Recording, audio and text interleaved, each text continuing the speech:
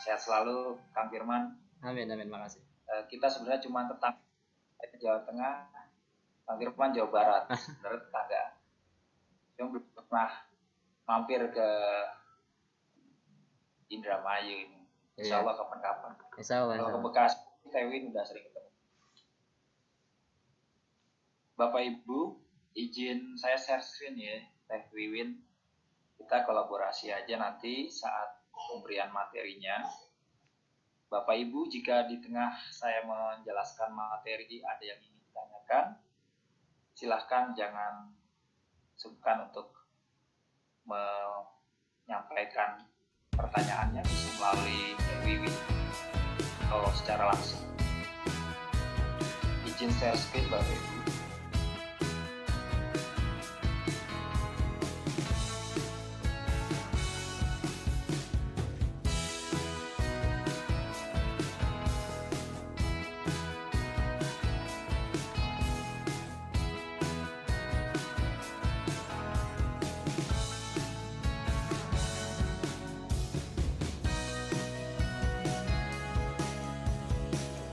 Sudah terlihat?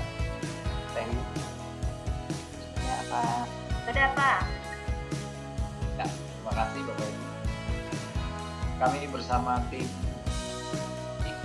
IGTIK PGRI Bapak Ibu sedikit menyumbangkan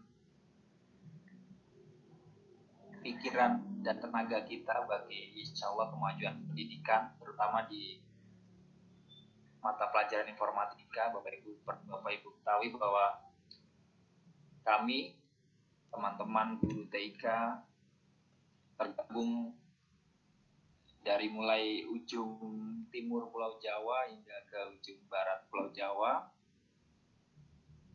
Ada 3 produk di jenjang SMP Bapak Ibu yang kami berhasil susun. Terima kasih kepercayaannya Om Jai dan senior-senior saya di IGTIK PGRI. Kita berhasil membuat sebuah buku mata pelajaran informatika yang 7, 8, 9 dan buku kelas 7-nya sudah ada revisi 1 dari terbitan awal Bapak Ibu. Saya izin menyampaikan materi Bapak Ibu.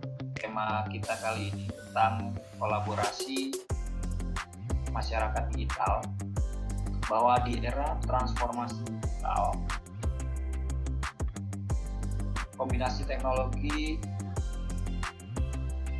berbasis kecerdasan buatan atau yang kita kenal dengan artificial intelligence dengan cloud communication mendorong kolaborasi ke level berikutnya, yaitu level cognitive collaboration.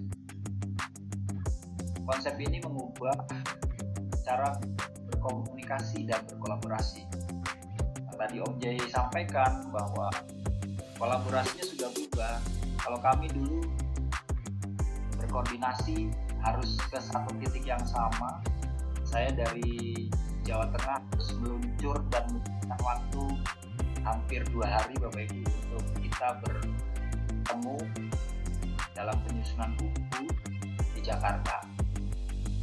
Dengan adanya kolaborasi kognitif ini yang berbasis dengan komunikasi suara dan data, tentunya dengan melibatkan internet, maka banyak sekali hal yang bisa kita hemat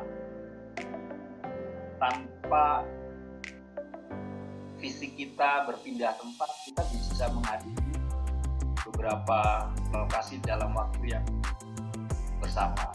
Hebat sekali Bapak Ibu. Dan ini menurut saya hikmah dari adanya pandemi. Jadi kita harus syukuri adanya pandemi membuat kita, saya rasa tidak hanya era revolusi industri 4.0, tapi kita sudah melebihi Bapak Ibu. Awal saya gabung di tempat saya bekerja, hanya 5 guru yang pandai memanfaatkan IT. Sekarang Bapak Ibu 95% Bapak Ibu guru saya yakin tidak hanya di tempat saya, di tempat Bapak Ibu juga mengalami kemajuan pesat dalam pemanfaatan teknologi. Gitu ya. Jadi ini kita ambil hikmah dari pandemi yang melanda tidak hanya Indonesia tapi dunia. Lanjut ke materi. Konsep ini mengubah cara berkomunikasi dan kolaborasi secara mudah, Bapak Ibu, nyaman, aman, sekaligus meningkatkan pengalaman. Kolaborasi masyarakat digital dapat didefinisikan sebagai sebuah aktivitas menggunakan platform kolaborasi online yang memudahkan penggunanya dalam berkolaborasi. Dengan apa Bapak Ibu? Bisa dengan video, suara, gambar, dari manapun Bapak Ibu. Dan sepertinya dengan mudah ya. Dengan catatan apa Bapak Ibu? Harus terhubung ke internet. Betul sekali. Oke. Syarat utamanya kalau untuk kita berkolaborasi dengan digital. Kita lanjutkan Bapak Ibu. Ragam platform kolaborasi online yang bisa kita lihat contohnya Bapak Ibu. Ada Ruang Guru, ini sebuah terobosan luar biasa bahwa dengan Ruang Guru siswa kita bisa belajar seperti tanpa sekat. Memang tanpa sekat, tidak seperti tentunya bimbingan belajar berdasarkan detail ujian dari mulai jenjang SD Bapak Ibu sampai jenjang SMA, bahkan mahasiswa pun bisa ikut menikmati salah satu ragam platform kolaborasi masyarakat kita.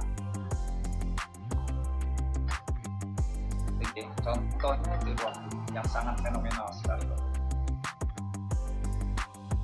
Perlu Bapak Ibu ketahui bahwa fitur menarik ada di dalam Ruang Guru, yaitu fitur ruang kelas. Fitur ini memungkinkan kita selaku pendidik untuk mengundang siswa-siswa kita, memberikan tugas, soal pada siswa secara online, memonitor, bahkan bisa untuk mengevaluasi. Bahkan Ruang Guru juga memungkinkan kita untuk berkolaborasi sama guru di tempat lain, di belahan wilayah lain, untuk menciptakan dan berbagi konten-konten belajar dengan tersebut.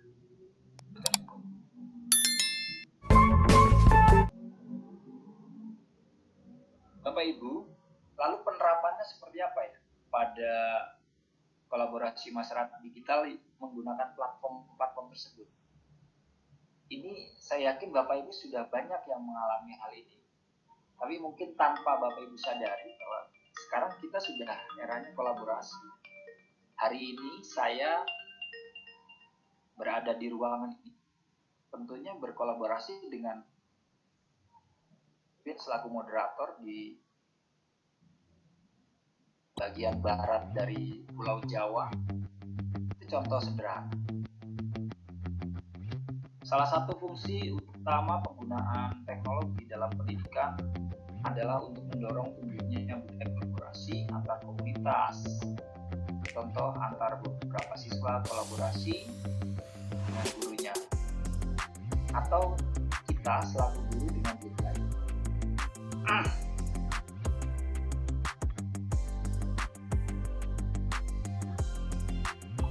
Bapak Ibu, penerapan salah satu web application atau aplikasi berbasis web yang mudah digunakan dan sangat berguna, tentunya kita di bawah naungan Kemdikbud Bapak Ibu. Itu ada sebuah aplikasi MOU dengan Kemdikbud, yaitu Google. Google menyediakan beberapa fitur dalam Google Drive yang bisa digunakan untuk berkolaborasi dengan Bapak Ibu. Ada Google Presentation, Google Draw atau Google Jamboard, Google Dokumen, Google Spreadsheet, bahkan Google Form yang sekarang menjadi sebuah solusi kita mengadakan evaluasi secara online. Banyak hal Bapak Ibu yang bisa dilakukan dalam kelas kita bersama para siswa-siswi kita dengan aplikasi yang tersedia dari Google. Baik Bapak Ibu, kita lihat contoh yang pertama ada Google Presentation, bahwa tampilan Google Presentation sama persis dengan Microsoft PowerPoint yang sudah sangat sering kita gunakan. Hanya saja bedanya Google Presentation memungkinkan sekali untuk kita kolaborasi bersama dengan pengguna lain dalam waktu yang real time, bersama di tempat yang sama maupun di tempat yang berbeda. Itu Bapak Ibu. Jadi hebatnya internet, kita bisa saling berkolaborasi. Penerapannya Bapak Ibu, beberapa kolaborasi yang bisa dilakukan di dalam kelas. Contoh, siswa dapat membuat slide presentasi bersama dengan kelompoknya dalam pembelajaran. Lalu satu orang siswa dalam kelompok tersebut bisa membuat tingkat dan dibagi atau di-share bersama dengan teman-teman kelompoknya yang kemudian bisa ikut berkontribusi secara langsung mengisi Thinkpad yang sudah dibuat. Aplikasinya Microsoft mirip dengan Microsoft PowerPoint. Jadi anak-anak tidak akan kesulitan. Lalu masih dalam konteks buatan presentasi, Bapak Ibu, ketika presentasi selesai, anak-anak bisa mengcopy file yang digunakan oleh pemberi presentasi untuk mereka pelajari di rumah. Dengan Google Presentation, siswa dapat langsung mengirimkan linknya ke orang yang membutuhkan tanpa perlu menggunakan flash disk atau external hard drive yang cukup makan tempat. Semua berbasis cloud. Contoh yang lain Bapak Ibu, dengan Google Presentation memungkinkan sekali untuk wawancara secara tertulis. Setelah dituliskan pertanyaan dan membuat contoh jawaban dari tingkat presentasi, siswa bisa membagikan file tersebut kemudian diisi oleh orang yang diharapkan jawabannya, dengan tentunya menuliskan alamat emailnya. Atau jika dia ingin membuka form pertanyaan tersebut atau angket tersebut pada halayak umum, tinggal di-setting menggunakan link, share link, anyone can access berdasarkan link. Itu gitu Bapak Ibu, ini luar biasa sekali. Ini baru satu Bapak Ibu, baru satu aplikasi Google Presentation. Berikutnya Bapak Ibu, ada aplikasi di Google, itu Google Draw.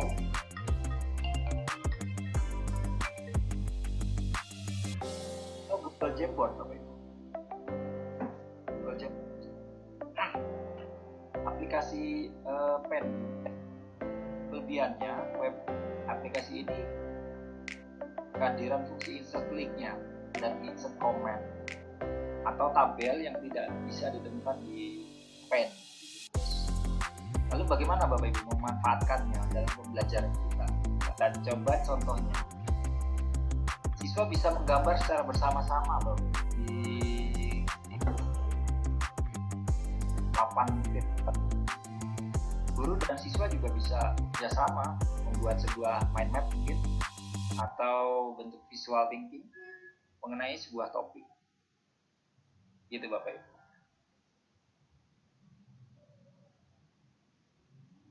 Kemudian guru juga dapat menggunakan Google Jamboard ini atau Google Draw ini sebagai wall, di mana kita bisa dapat menyatakan pendapatnya Bapak Ibu mengenai suatu topik Jadi selain mereka bisa berkolaborasi, ternyata dengan aplikasi ini bisa menumbuhkan rasa kepercayaan diri siswa kita, Bapak Ibu. Tanpa perlu mereka harus maju ke depan papan tulis atau depan kelas. Mereka bisa mengekspresikan pendapatnya melalui aplikasi ini dan interaktif dengan teman-teman lainnya. Dan hasilnya bisa, yang sudah dibuat bisa dengan mudah dikirim ke pihak lain.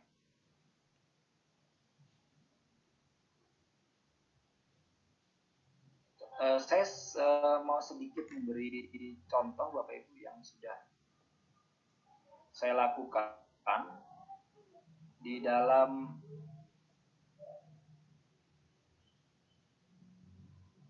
bentar, saya coba buka.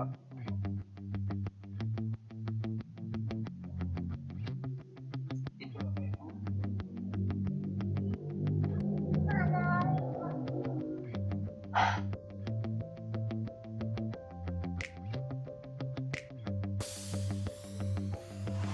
Ya, kita tunggu proses loading. Ini contohnya Bapak Ibu.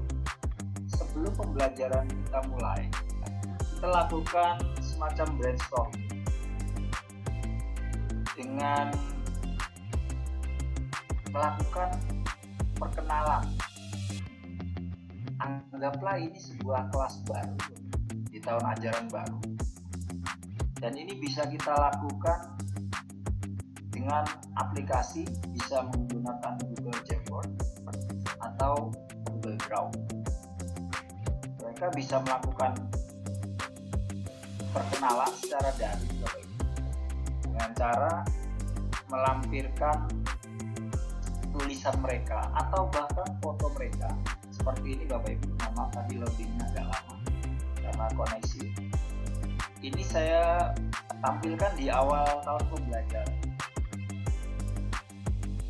Contohnya ini siswa saya di kelas 9A saat melakukan perkenalan. Mereka menuliskan secara langsung di papan virtual ini dan memberikan interaksi mereka kepada teman-teman. Ini sangat menarik sekali. Pembelajarannya hidup. Mereka bisa menunjukkan ini foto saya, bahkan ada fotonya yang langsung di tempat yang sama karena belum punya file foto. Tinggi Bapak Ibu, ini contoh sederhana dari penggunaan Google Jamboard.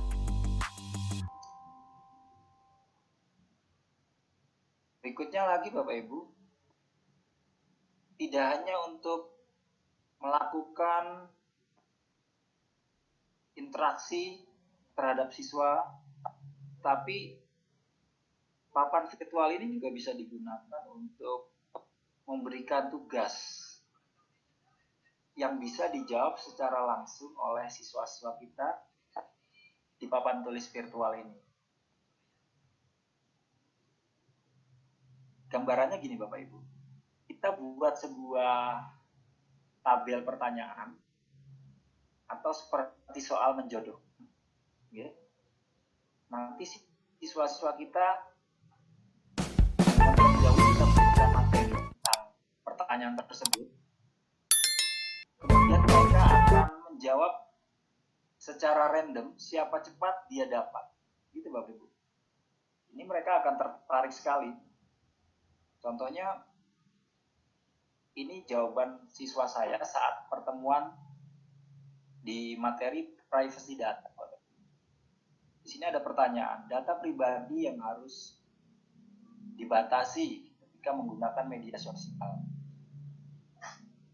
Banyak foto, maka siapa yang menemukan jawaban tercepat, mereka langsung menggunakan penanya di sini untuk menulis jawaban mereka, Bapak Ibu. Bahkan ada juga sticky note untuk membuat kotak-kotak seperti ini. Mereka langsung menuliskan jawabannya. Ya, jawabannya B. Ketika langsung Bapak Ibu lalu disimpan. Berwarnanya kuning, warnanya bisa dipilih Bapak Ibu dengan kesukaan anak-anak. Ini tinggal mereka drag and drop ke kolom yang diinginkan. Dan ini jika ada siswanya Bapak Ibu, ini akan menarik sekali. Itu guys Bapak Ibu, contoh salah satu kolaborasi yang saya lakukan dengan siswa saya saat pembelajaran. Ini mungkin terlihat sederhana Bapak Ibu, tapi membuat kelas kita itu interaktif dan rasa percaya diri anak-anak akan meningkat. Baik Bapak Ibu, saya lanjut ke materi berikutnya. Selain Google Presentation, Google Draw atau Google Jamboard, ada juga yang paling banyak Bapak Ibu gunakan, saya yakin sekali, yaitu Google Form ya Bapak Ibu. Saya yakin Bapak Ibu pasti familiar dengan aplikasi. Dengan aplikasi ini Bapak Ibu bisa membuat soal online ya, bahkan survei secara online juga bisa. Itu bisa dikirim dengan link. Kalau saya biasanya saya kirim soalnya dalam bentuk link di upload ke Google Classroom. Dan ini termasuk juga platform dari Google. Sana kita bisa melakukan kolaborasi. Contoh-contoh kolaborasi yang bisa kita lakukan dengan Google Form Bapak Ibu. Siswa bisa melakukan wawancara tertulis.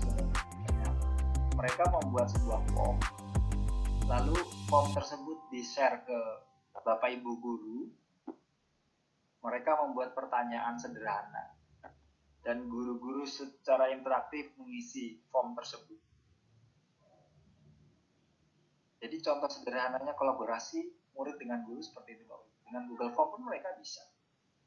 Selain itu, khususnya mungkin guru bahasa Indonesia, sekarang kalau ada tugas wawancara nggak perlu kita hadir mencari gurunya. Kita langsung share saja ke Google Class di sekolah tersebut atau grup WhatsApp gitu ya. Langsung bisa diisi dengan pertanyaan, dengan jawaban-jawaban dari pertanyaan tersebut. Selain itu Bapak Ibu, Google Form dapat digunakan untuk oleh guru untuk membuat soal. Ini sudah jelas sekali. Bahkan bisa digunakan untuk mencatat hasil pencapaian siswa. Yang keempat Bapak Ibu, Google Spreadsheet. Nah ini nyambung dengan Google Form yang tadi kita buat.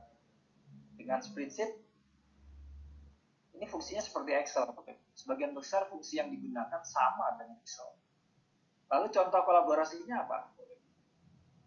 Bapak Ibu bisa menyimpan nilai dan datanya bisa langsung dikirim dengan mudah ke email atau ke siswa kita melalui email. Gitu ya. Jadi langsung secara real time hari itu ulangan nilainya muncul, bisa langsung kita laporkan juga, tidak hanya ke guru, mungkin ke orang tua. Lalu apalagi Bapak, penerapan kolaborasi dengan sheet. Siswa dapat kolaborasi dalam kelompok untuk mengerjakan data yang membutuhkan fungsi spreadsheet. Selain itu, spreadsheet juga dapat digunakan untuk proses pengumpulan data, misalnya informasi tentang kepesertaan dalam suatu program. Mereka bisa cari data dari Google Sheet, dibuat Google Sheet. Yang kelima Bapak Ibu ada Google Dokumen. Ini 11-12 sama Microsoft Word. Bedanya kalau Google Doc ya bisa secara real time bareng. Bahkan tidak hanya cuma berdua, bahkan bisa lebih tempat yang sama maupun di tempat yang berbeda. Fungsinya hampir sama seperti itu. Microsoft Word maksudnya. Lalu Bapak Ibu, era teknologi yang serba canggih seperti sekarang ini perkenalkan siswa pada konsep kolaborasi akan sangat bermanfaat mengingat masa yang akan datang Bapak Ibu. banyak pekerjaan yang membutuhkan kolaborasi. Karena kalau tanpa kolaborasi, ada istilah yang bilang seperti ini, aku tanpamu butiran debu, Bapak Ibu. Benar sekali, itu saya rasakan. Saya tanpa adanya komunitas ini nggak mungkin saya bisa menulis sebuah buku, nggak mungkin saya bisa kenal orang-orang besar. Di sini ada guru besar, guru yang berbadan besar, maksudnya gitu ya, Om Jai. Om Jai selamat sudah ujian doktornya, mantap. Jadi dengan kolaborasi kita jadi lebih berarti, Bapak Ibu. Dan ini konsep ini perlu kita tanamkan ke siswa kita semenjak ini. Berikutnya Bapak Ibu, contoh transaksinya dalam pasar digital ini, syaratnya yaitu internet. Kalau koneksi internet ada, ini maka pelaku-pelaku usaha sangat terbantu untuk memasarkan produknya. Atau dengan menyediakan fondasi bagi produk layanan baru. Hal ini menyebabkan Bapak Ibu banyak model bisnis yang berbeda-beda pada e-commerce. Model bisnis merupakan sebuah abstraksi, yaitu perusahaan dan cara perusahaan menyampaikan produk dan jadi banyak sekali perubahan, Bapak Ibu. Contohnya Bapak Ibu, net banking. Kalau dulu kita ngambil uang mungkin hanya pakai ATM, ya kan? Jika sudah selesai, kita akan menerima token verifikasi. Saat ini kita melakukan transaksi keuangan, beli pulsa, bayar tagihan PLN, bayar tiket kereta api, cukup dengan gadget kita, Bapak Ibu, dengan smartphone kita, benar-benar bahwa dunia genggaman kita, gitu ya. Sekarang ini sudah terjadi, Bapak. Contohnya lagi Bapak Ibu yang paling sehari-hari kita lakukan, pembayaran dengan uang elektronik, ya enggak? Pengalaman saya Bapak Ibu jauh-jauh dari Jawa Tengah, mau masuk ke parkiran kereta api di terminal sebelahnya Grand Mall, terminal apa ya? Terminal Kranji, betul. Itu saya bingung mau masuk parkir. Ternyata nggak bisa terbuka pintunya dan di situ nggak ada orang. Lalu apa yang terjadi? Ternyata semuanya di Jakarta dan Jabodetabek sekitarnya pembayaran sudah dengan e-money. Itu jadi hampir 5-6 tahun yang lalu. Pertama kali saya bawa mobil sendiri ke kota besar dari Jawa. Mau parkir, alhamdulillah ada bapak parkir yang baik, saya dipinjemin kartunya, terus saya bayarnya secara cash. Akhirnya saya bisa parkir. Nah dari situ saya punya pengalaman. Besok berarti saya kalau mau ke Jakarta nggak perlu uang cash, saya beli kartu. Saya beli kartu di Indomaret ada. Saya yakin Bapak Ibu udah lebih canggih lah yang kota-kota besar. Sekarang bahkan ada di transaksi online selain pembayaran transfer, ada kartu kredit juga, ada online, ada GoPay, OVO, Dana, dan lain sebagainya. Jadi itu saya tadi cerita pengalaman nyata yang saya alami. Bahkan sekarang segala sesuatu ada di genggaman kita benar-benar. Samakan tadi yang Om Jaya sampaikan di awal. Kita malas keluar rumah hujan, langsung aja GrabFood, GoPay jadi. Alhamdulillah Bapak Ibu, 1 tahun terakhir di tempat saya di Temanggung, di kaki Gunung Sindoro, GoPay Grab atau Gojek sudah bisa mengakses Bapak Ibu. 1 tahun yang lalu baru Bapak Ibu, bayangkan.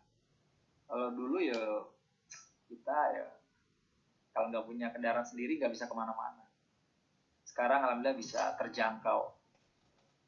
Di dusun kami Bapak Ibu itu sekarang banyak sekali dan sehari minimal 1-2 kali membawakan pesanan barang online. Dan itu baru terjadi belakangan ini Bapak Ibu. Setelah pandemi luar biasa ya, dampaknya terasa sampai ke desa kami Bapak Ibu.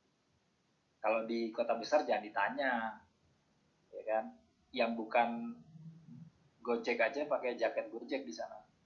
Hati-hati ya, ternyata cuma spionase aja itu. Dan alasannya kenapa masyarakat memilih transaksi online, Bapak Ibu? Satu, jelas waktu ya. Waktu pesan makanan lebih praktis. Gak perlu antri, itu jelas. Yang antri siapa? Yang antri drivernya. Kita tunggu aja di rumah, ya kan? Terus hemat waktu. Kita sambil bekerja seperti ini, nanti selesai acara makanan datang, gitu kan? Seperti tadi kita di awal, siapa tahu ada sponsorship atau GrabFood datang, dan ya, mereka nggak perlu keluar rumah, Bapak Ibu. Ibu. Lalu contoh-contoh beberapa aplikasi, ada GrabFood, GoFood, ini sudah hal biasa buat Bapak Ibu yang di kota besar. Tapi buat kami luar biasa, Bapak Ibu. Benar-benar inovasi nih. Gojek atau Grab di sini bisa menjadi pilihan yang paling realistis bagi masyarakat yang hendak mencari aplikasi makan online, pembayaran, beli pulsa, paket data, dan lain sebagainya. Saya rasa itu Bapak Ibu, saya dikasih waktu sama Teh Wiwin. Tadi udah japri saya, harian 30 menit. Siap. Alhamdulillah saya silakan. Sesuaikan juga dengan pesanan. Nanti ada waktu untuk tanya jawab Bapak Ibu. Silakan. Saya rasa ini yang bisa saya dikit sharing ya Bapak Ibu.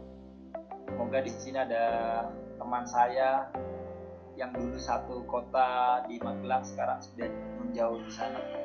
Kita masih banyak. Mudah-mudahan hadir di ruangan ini. Karena saya beberapa waktu lalu di Japri, kono saya ini jadi tulis buku ya. Biar artinya Bapak Ibu, sekarang kamu jadi tulis buku ya. Nah itu dia ternyata ikut kelas informatika dan hari ini hadir. Ibunya teman saya di Bandung, SMP Ngerapah. Sehat selalu Bu Inge. Saya rasa itu Teh Wiwin. Terima kasih banyak waktu yang diberikan. Mohon maaf, saya yakin banyak sekali kekurangan karena sesuatu yang sebenarnya datangnya dari Allah, kurangnya pasti dari saya. Saya akhiri, monggo nanti kita diskusi dan jawab. Billahi taufik wal hidayah. Assalamualaikum warahmatullahi wabarakatuh. Waalaikumsalam warahmatullahi wabarakatuh. Baik. Terima kasih Pak Firman, Pak Rian dari Magelang selaku narasumber kita yang pertama. Alhamdulillah ya di sesi pertama sudah berjalan dengan lancar dan koneksinya pun oke ya Pak Rian, tidak sampai lemot-lemot walaupun jauh. Betul. Nih. Ya cuaca di sini lagi hujan. Iya. Di sana hujan nggak Pak Rian? Lalu saya pernah meeting seperti ini. Ini mendung. Iya. Oke, ya alhamdulillah ya. Walaupun kondisi mendung, kalau di sini tadi hujan besar lumayan. Mudah-mudahan tidak menghambat koneksi kita semua ya. Semoga berjalan dengan lancar. Amin. Mungkin sesi tanya jawabnya mau langsung. Partisipan kita 73 loh Teh. Ya, terima kasih Bapak dan Ibu yang telah hadir join di acara webinar hari ini. Makin kesini semakin menghangat ya. Oke, ya. Ini bagaimana Pak Rian, mau nanti saja pertanyaannya apa mau langsung sekarang tanya jawabnya biar masih hangat kali ya Ibu dan Bapak. Saya ikut Teh Wiwin aja. Oke. Baik, biar nanti yang telah disampaikan yang disampaikan oleh Pak Rian barusan yaitu tentang kolaborasi masyarakat digital, di mana kita semua sudah sangat menikmati ya yang namanya digital di zaman sekarang ini. Seperti tadi mau makan tinggal pesan, yang penting isi uang digitalnya juga ada ya, jangan sampai kosong gitu kan. Jadi zaman sekarang anak-anak juga lebih suka dikasih uang digital daripada uang cash ya, karena mereka dengan uang digital tersebut lebih memudahkan proses pemesanan barang, pengiriman yang lebih efektif ya, sehingga pemanfaatan digitalisasi di zaman apalagi sekarang ya, pandemi sudah mulai ini lagi ya, meningkat lagi dengan adanya Omicron, sehingga sekarang ya hampir 2 tahun kita ya telah Betul, berbaur dengan yang namanya COVID gitu kan. Tapi alhamdulillah tidak menghambat kita semua untuk selalu eksis ya di dunia kerja maupun dalam kehidupan kita sehari-hari di dalam masyarakat. Mudah-mudahan paparan yang disampaikan oleh Pak Nikian membuka wawasan kita maupun menambah informasi yang lebih luas lagi. Baik, lanjut saja dulu ya dengan pertanyaan yang akan saya berikan kepada Bapak dan Ibu. Barangkali sudah ingin bertanya tentang informasi yang tadi disampaikan oleh kalian sekitaran materi yang belum sampaikan, atau mungkin nanti ada hal yang memang tidak ada di materi tapi masih berkaitan dengan masyarakat digital. Dipersilakan.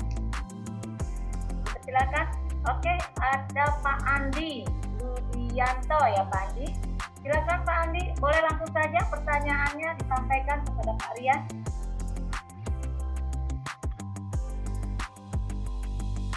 Speakernya Pak Andi masih di mute itu?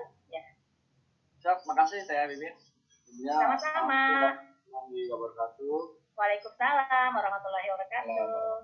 Bapak Ibu semua yang hadir, Bapak Rian dan Bapak Om Jai sama Pak Febri dan juga Teh Win sebagai MC. Terima kasih atas waktunya yang diberikan. Baiklah, saya akan bertanya mengenai tentang tantangan di era digital ya, Pak Rian. Oke, tadi Pak Rian sudah menjelaskan atau memaparkan secara global semua tentang di era digital, tentang untuk di Google Form, Google Present, Google Word dan segala macam. Nah, pertanyaan saya, ada beberapa siswa nih Pak Rian, kita kan sebagai guru juga kan telah membuat beberapa soal materi-materi yang ada di Google Form. Rata-rata kan teman-teman guru ini kan banyak kan bermain di Google Form ya Pak ya. Betul. Nah, jadi ada beberapa guru-guru yang juga mengeluh ketika membuat soal itu, soal yang kita buat itu ternyata ada beberapa siswa yang nilainya 100, padahal mungkin siswa ada yang rata-rata banyak yang tidak mendapatkan nilai 100 atau sempurna. Mungkin apakah itu ada sesuatu atau hack atau gimana, atau namanya siswa kan siswa banyak yang ini Pak bisa membuka link-link yang macam. Jadi kita buat ini, soal dari guru yang kita buat ini ada Pak kelihatan jawaban-jawaban yang telah guru buat. Nah, itu yang pertama. Yang kedua, apakah bagaimana penanggulangannya apabila terjadi ancaman-ancaman di era digital ini Pak? Itu saja pertanyaan saya. Terima kasih. Wassalamualaikum warahmatullahi wabarakatuh. Masih Tewin. Waalaikumsalam warahmatullahi wabarakatuh. Terima kasih Pak Andi atas pertanyaannya, luar biasa sekali. Baik, betul Bapak dan Ibu, ternyata permasalahan yang disampaikan oleh Pak Andi mungkin sama kali ya secara umum dengan guru yang lain. Namun kita sebagai guru juga harus lebih kreatif lagi ya, bagaimana menangani hal tersebut biar anak-anak tidak dengan mudah bisa menjawab, hanya sambil mencontohkan kali ya. Kalau di kelas mungkin kita bisa melihat langsung kondisinya ketika anak yang mau lihat-lihat di jawaban yang di bukunya bisa melihat. Tapi karena ini jauh di dunia maya sehingga kita tidak bisa mengontrol itu. Tapi mungkin ada beberapa trik yang insya Allah akan bisa disampaikan oleh kalian sebagai cara atau trik menanggulangi hal yang dihadapi oleh Pak Andi atau guru-guru yang lain. Silakan Pak Rian untuk menjawab pertanyaan dari Pak Andi. Baik, terima kasih Tewin. Pak Andi salam kenal juga. Terima kasih pertanyaan yang diberikan. Kenal beli Pak Rian. Hal tersebut hanya Pak Andi yang mengalami, saya pun mengalami Bapak Ibu. Jadi manusia itu ternyata memang paling pinter ya. Mau teknologinya seperti apa itu manusianya ternyata yang lebih pinter. Betul. Karena yang menciptakan teknologi itu manusia. Jadi mau secanggih apapun sistem itu dibuat, pasti ada sedikit, satu dua manusia yang mempunyai rasa ingin hal-hal yang seperti itu deh, yang penasaran, tapi mereka kadang tidak sadar bahwa itu tidak baik. Berbicara ke siswa, saya share saja ya Pak Andi ya, tempat kami. Siapa ya? Kami buat sebuah sistem kelas maya.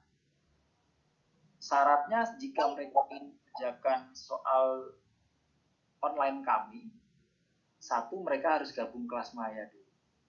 Kelas mayanya saya pakai yang dari Google aja, yang familiar, GCR, Google Classroom. Dengan mereka masuk ke Google, maka mereka secara resmi menjadi siswa kita. Mereka harus tahu kode kelas kita. Itu satu langkah pengaman kita, satu dulu itu. Yang kedua, setelah mereka gabung kelas kita, otomatis semua soal yang kita share lewatnya kelas kita, tidak melalui grup WA atau di Japri. Itu sangat penting. Itu upaya kami meminimalisir. Yang pertama itu. Tapi dengan seperti itu apakah aman? Tidak juga Bapak Ibu. Banyak sekali hacker-hacker muda ini melihat kunci yang kita buat. Kita cari di YouTube, dalam waktu 1 jam kita bisa membongkar itu semua. Saya tidak bicara ke teknisnya Bapak Ibu, karena mau ujiannya kertas atau non kertas, yang perlu kita kuatkan adalah mental anak kita, karakter anak kita. Di tempat saya, soalnya, formnya, saya buat di situ ada tulisan seperti saat kita pun. Apakah kalian mengerjakan ini secara titik 2? 1, mengerjakan sendiri secara jujur. 2, pilihannya ya Bapak Ibu, bertanya dengan orang lain. 3, membuka buku atau internet.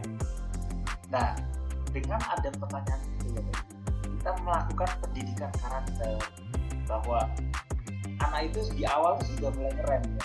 Oh iya, aku di kantor. Ya, saya ditanyain sama guru saya mengerjakan tes ini secara jujur, atau tanya sama orang tua, atau buka internet. Dan itu pilihannya bisa mereka isi seluruhnya, dan kita nggak masalah. Kita ingin mereka jujur. Jadi pilihan itu boleh dicetak. Kita pilih yang cetak multiple itu, bisa pilih cetak, bukan yang option pilihan ganda cetak. Dengan seperti itu saya yakin sekali anak-anak kita akan merasa terawasi, walaupun kita tidak bisa mengawasi secara jarak jauh ya, tapi mereka akan terawasi bahwa karakter mereka kita bina dari sejak dini. Pertama kita yang menjadi guru sejak SMP ini Bapak Ibu, penting sekali anak-anak kita itu kita bekali dengan pendidikan karakter. Jadi langkah yang kami lakukan di sekolah kami itu, soalnya semua ada tulisannya itu. Apakah kalian mengerjakan ini secara titik 2, jujur.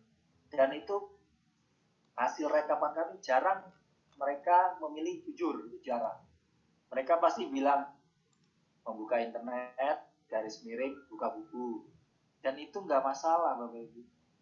Kita di era pandemi gini, apakah kita harus mengamati mereka secara penuh? Mereka mau belajar, mereka mau ikut kelas kita secara daring, mereka mau ikut tes kita, itu sudah apresiasi. Bahkan kurikulumnya sendiri dari Kemdikbud tidak menuntut wajib tuntaskan, ya enggak. Jadi memang kita di era pandemi ini memang boleh kita antisipasi secara bijak. Yang penting anak kita tetap belajar walaupun di serba keterbatasan. Saya rasa itu Pak Andi. Kalau untuk tekniknya bagaimana caranya biar nggak jebol, itu teknis. Tapi kita sebagai guru, kita bukan orang teknik ya, kita pedagogi kita yang kita tunjukkan ke siswa dan karakteristik religius kita jangan yang profesional kita ya. Kita kan punya guru itu harus punya profesional, spiritualitas, sosial, dan pedagogisnya. Kita tunjukkan ke anak lebih ke religius kita, spiritual kita, dan pedagogis. Mereka akan tersentuh bahasa saya. Terima kasih Pak Andi, pertanyaan bagus. Terima kasih Pak Rian atas jawabannya. Saya coba nanti. Terima kasih Pak Rian, Pak Wiwin.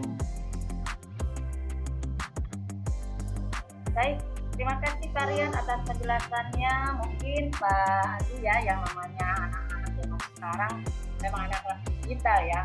1000 cara mereka lalui bagaimana caranya biar dapat nilai mereka bagus. Tapi kita sebagai guru juga jangan kalah ya. Maksudnya punya trik-trik tertentu. Tadi mudah-mudahan apa yang disampaikan oleh Pak Rian ataupun guru-guru semua yang ada di sini mungkin menghadapi hal yang sama. Mungkin juga jangan lupa pula mungkin Pak Andi teteh tambahkan barangkali nih ada yang belum tahu atau dalam konteks seperti apa. Salah satunya adalah bank soal, kalau bisa jangan terlalu sedikit pasti launchingnya. Misalnya ada 50 soal gitu ya, jangan cuma 10 terus disampel, di random.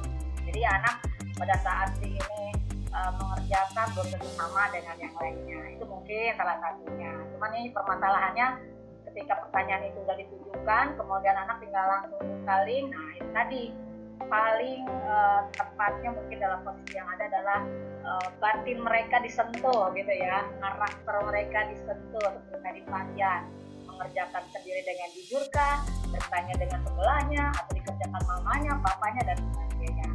Namun itulah dari segi kekurangan kondisi yang ada, kita akan hadapi semua itu dengan berbagai cara agar mereka tetap eksis, artinya meningkatkan proses pembelajaran dengan lebih baik. Mungkin itu mudah-mudahan Pak Andi bisa menjawab ya, walaupun belum puas, mudah-mudahan ada trik yang lebih hebat lagi dari Pak Andi untuk mereka semua. Terima kasih Pak Andi. Ya, siap Pak. Terima kasih. Oke, sama-sama. Yang berikutnya kita lanjutkan kepada penanya kedua. Sebelum Pak Haris, mohon maaf ya, saya mau coba dulu pertanyaan kedua yang ada di chat room. Silakan Ibu Dwi, nanti Pak Haris setelah Ibu Dwi ya. Jadi saya buka sesi hanya sampai 3 pertanyaan saja, karena nanti kita akan lanjut dengan materi Kang Firman yang mungkin lebih banyak lagi materinya. Silakan Ibu Dwi, sudah siap untuk pertanyaannya? Langsung saja, Ibu Dwi. Halo? Halo Teteh. Ya. Silakan, sampaikan saja langsung biar terdengar suara merdunya. Tempat saya nih. Ya, silakan Bu Dwi. Mangga. Ya, terima kasih Teh. Assalamualaikum warahmatullahi wabarakatuh. Waalaikumsalam warahmatullahi wabarakatuh. Tadi saya cuma mau nambahin aja Teh yang untuk keamanan ya. Kalau Pak Andi kan pertanyaannya untuk biar tidak bocor gitu soalnya. Nah, waktu itu saya pernah pakai akun belajar yang dari pemerintah itu yang terintegrasi dengan Dapodik. Sekarang kan sudah gencar ya Teh, akun belajar ID. Di situ ada Google Form yang dia langsung terkoneksi dengan sistem pengamanan. Jadi dia ngedetect gitu Teh. Ada kayaknya. Saya lupa namanya di situ. Cuman saya udah pernah pakai dan efektif. Itu aja. Halo Teh. Bentar. Ya, halo. Oh, jadi Suaranya? ini Bu Tri menambahkan ya? Halo. Bu Dwi. Ya, Bu Dwi. Oh, oke, maaf. Ya, jadi terus kalau ini maaf lanjutnya. kalau suaranya agak noisy ya Teh, lagi ada tukang. Ya. Ya, yang berikutnya gini Teh, saya cuma mau sharing aja ini. Gimana ya, saya tadi tertarik banget sama penjelasannya Om Rian ya, dan tentang speakernya kecil ya Teh, kedengeran nggak? Kedengeran? Jelas. Jadi di sekolah saya ini Teh, terus terang aja ya, infrastrukturnya masih belum lengkap gitu Teh. Jadi kayak wifi juga ada, cuman kan terbatas bandwidth-nya gitu ya Teh. Jadi anak-anak kadang kalau mau pakai gadget mereka tuh di sekolah suka terkendala. Nah itu saya suka sedihnya di situ. Gimana ya caranya biar interaktif gitu, kegiatan belajarnya menarik mereka. Tapi di keterbatasan infrastruktur itu gitu, ada nggak tes siasatnya atau tips-tipsnya gitu biar kita bisa belajar informatika tapi ya dengan keterbatasan tadi gitu. Itu aja Kak. Udah, makasih Teh. Oke, terima kasih Thank you, Mbak Mbak. Dwi. Ya, oke, benar. Baik, Om, ya. ternyata Ibu Dwi di sini yang pertama menambahkan untuk Pak Andi tadi ya tentang bagaimana trik untuk mengamankan agar anak-anak ya untuk soal bisa lebih aman. Nanti boleh tuh lebih mendalamnya Pak Andi bisa japri langsung dengan Bu Dwi ya. Nah, ternyata pertanyaannya satu ya dari Bu Dwi. Mangga silakan Varian untuk bisa menjawab pertanyaan dari Bu Dwi tentang permasalahan koneksi. Bagaimana hambatan tersebut bisa diatasi tapi anak-anak tetap bisa berinteraksi dengan baik. Silakan Varian untuk menjawab pertanyaan dari Bu Dwi. Baik Bu Dwi, Ya Om. pertanyaannya dari Ya. Citra Kencana itu mana Bu? Di Kota Bekasi Om, deket Tewiwir. Bekasi. Oh iya. Oke. Tetangga. Tetangganya Ya, Teh Wiwin. Iya. Siap. Tuh, gara-gara teknologi yang dekat jadi jauh ini. Harusnya kan bisa satu ruangan, itu mah sendirian ya. Betul ya. Tapi nggak Ya apa-apa. Om. Baik. Kalau saya sederhana jawaban saya. Saya nggak perlu minta bantuan sekolah tambah BMP, minta bantuan pemerintah dari Kominfo ke sekolah saya wifi gratis. Kalau saya nggak seperti itu. Saya pernah ingat ucapannya Prof. Eko Indrajit bahwa metode terbaik yang dilakukan guru saat mengajar adalah metode yang disesuaikan dengan kondisi di sana. Ya Om. Sekali lagi ulangi bahwa proses pembelajaran atau metode yang dilakukan guru yang paling baik itu ya sesuai dengan kondisi di sana. Bu Ida jangan kepingin mengajar Dwi Om. informatika seperti metode yang Om Jai lakukan. Sampai langsung gitu loh, ya kan? Betul. Fasilitasnya jangan ditanya, sumber inteks banyak jangan ditanya, sarana prasarana penunjangnya jangan ditanya. Kalau Ibu Dwi menerapkan pinginnya seperti di Lab School, maka SMP Citra Kencana nggak akan bisa eksis sampai hari ini. Saya yakin dengan metode yang dilakukan di guru-guru yang terbatasan, itu yang membuat sekolah-sekolah yang tidak di daerah keramaian masih bisa survive. Jadi sekali lagi bahwa metode terbaik itu sebenarnya metode yang bisa diterima oleh siswa kita. Jadi kuncinya ada dalam diri kita. Menurut saya gitu. Bu Dwi. Iya, Bu Dwi. Ya Om, baik Om. Ya, saya pernah pertama kali dulu, saya juga pernah ngajar di Bekasi di tahun 2006 kalau nggak salah. Iya, 2006 di Tambun. Terus saya pindah ke Temanggung 2007. Saya ngajar komputer dari dulu sampai sekarang, walaupun komputer sempat hilang-hilangan. Apa yang saya lakukan dengan saya mengajar bedanya di Tambun dengan di Temanggung itu yang tadi saya bilang, saya baru melihat ada kurir online itu 1 tahun sekarang di dusun saya, di desa saya. Apa yang saya lakukan? Ya, saya di sekolah saya saat itu 2007 di SMP di Temanggung tidak ada komputer. Sedangkan kita dituntut guru komputer masa nggak memberikan materi komputer. Komputer kuliah saya Pentium 2 saya bawa, tidak saya bawa ke sekolah, tapi anaknya yang saya hadirkan ke rumah saya.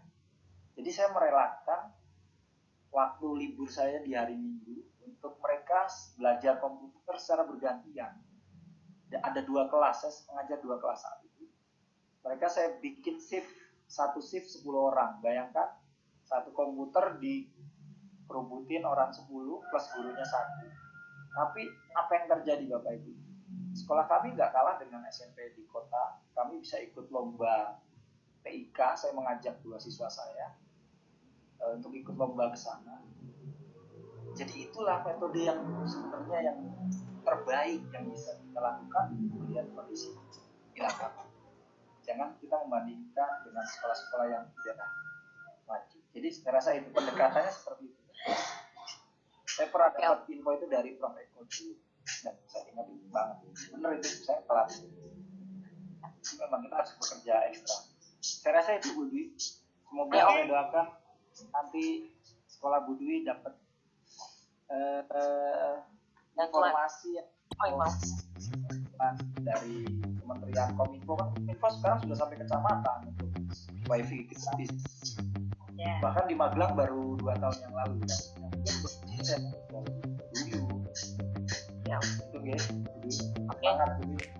Ya, terima kasih Om Rian. Saya juga pernah ke Temanggung di waktu kumpul. Hampir. Kita bertemu ya.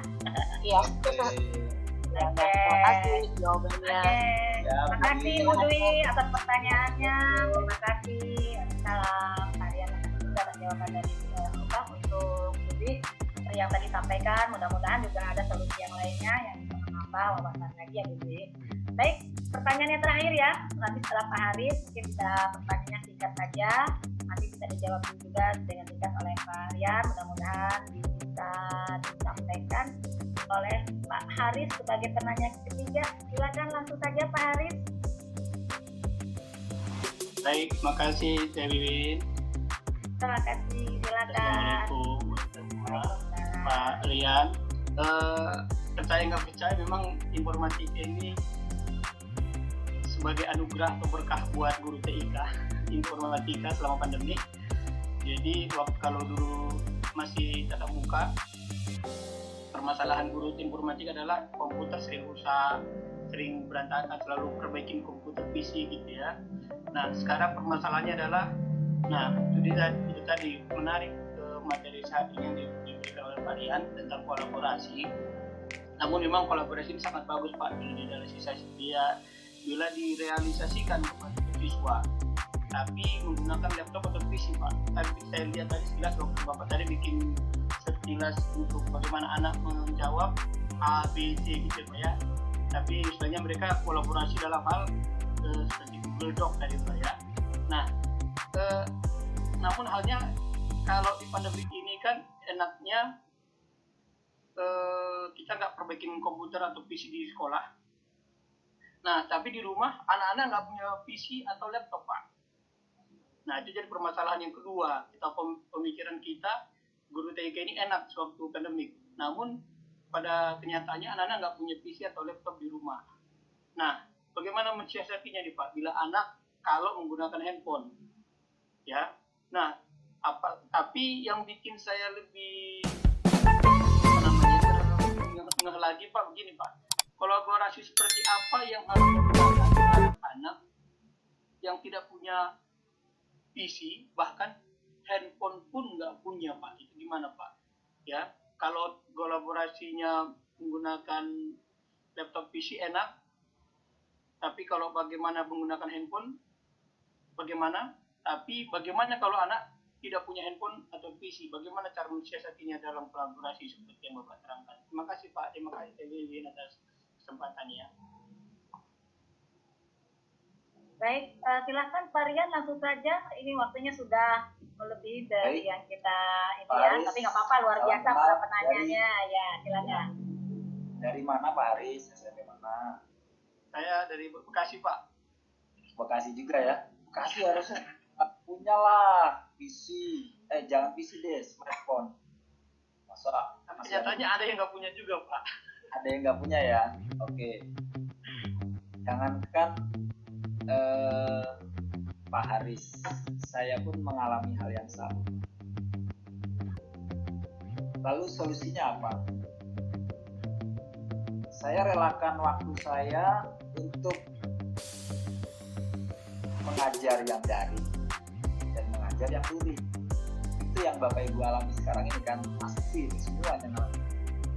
Dengan pandemi kita siswanya dari rumah atau datangnya seminggu cuma 3 kali, tapi gurunya mengajarnya luar biasa, melayani yang daring dan luring, ya enggak? Pasti kan? Lalu kolaborasi apa Pak yang bisa dilakukan dengan anak yang gak punya handphone? Saya kalau ada pertanyaan gini, saya ingat murid saya Pak. Saya itu namanya aja saya sampai ingat, namanya Aida, kelas 7 Pak. Anaknya semangat Pak, semangat. Setiap tugas dia selalu mengerjakan saat ada pertemuan tatap muka, tapi saat daring seperti ini pasti ketinggalan. Lalu saya pelajari kenapa ya, padahal dia juga gabung Pak di Google Class, saya juga gabung. Kan logika saya berpikir dia berarti kan ada smartphone, kenapa ya tugasnya selalu tertinggal. Yang terjadi adalah itu handphone kakaknya yang bekerja di lain kota Pak, dan pulangnya tidak mesti seminggu sekali. Coba bayangin, saya dengar cerita Pak Haris, biasanya ingat siswa saya. Lalu kolaborasi apa yang bisa dilakukan? Gampang Pak. Ini saya share ya Pak. Mungkin ada solusi lain lah dari teman-teman lain. Saat ada tatap muka di lab komputer, saya persilahkan dia menggunakan komputer. Temannya menggunakan gadget silahkan, tapi saat dia di kelas lab dia menggunakan komputer. Tapi saat materi tidak praktek komputer, apa yang bisa dikolaborasikan dengan Aida dan siswa-siswa lainnya yang setiap hari notabene membawa gadget? Karena sekarang gadget malah kalau nggak dibawa, kita tanyakan kenapa nggak dibawa, beda sama dulu ya. Kamu kenapa bawa HP? Nah, itu kan. Sekarang kenapa nggak dibawa? Nah, kolaborasi yang dilakukan, kita mendorong anak yang punya gadget ini untuk berempati Pak sama temannya yang nggak punya. Dan saya yakin teman-temannya mendengar jawabannya Aida, HP-nya cuma satu, orang tuanya nggak punya, dibawa kakaknya, kerjanya di Jogja lah, di Jogja Pak. Saya kan Magelang sama Jogja perbatasan tuh. Jadi di Jogja pulangnya seminggu sekali, kadang pulangnya udah malam nggak ketemu. Jadi tugasnya sering telat. Tapi kalau alatnya ada di mudah. Ya yang saya lakukan, silahkan kamu kolaborasi dengan teman sebelah kamu. Penilaian harian evaluasi online, gimana cara mengerjakannya? Saya bikin sederhana aja ya Pak. Saya nggak mau ngejar-ngejar dia untuk, ya pemerintah aja bilang guru nggak harus menuntaskan kurikulum. Dan apalagi saya yang paling bawah. Ya udah, kamu kolaborasi sama teman kamu. Materinya karena sudah saya upload di Google Classroom, soalnya dilihat di handphone teman kamu. Lalu di layar LCD saya bukakan materi panduannya.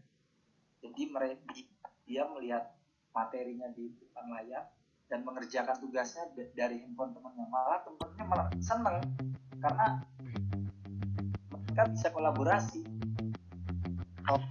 Satu pertanyaan dijawab oleh 2 otak Pak, khusus mereka. Tapi yang lain saya silakan mandiri mengerjakannya. Jadi itu Pak, benar-benar seperti pertanyaan Bu Dwi tadi, metode terbaik yang bisa dilakukan adalah metode yang disesuaikan dengan kondisi di lapangan.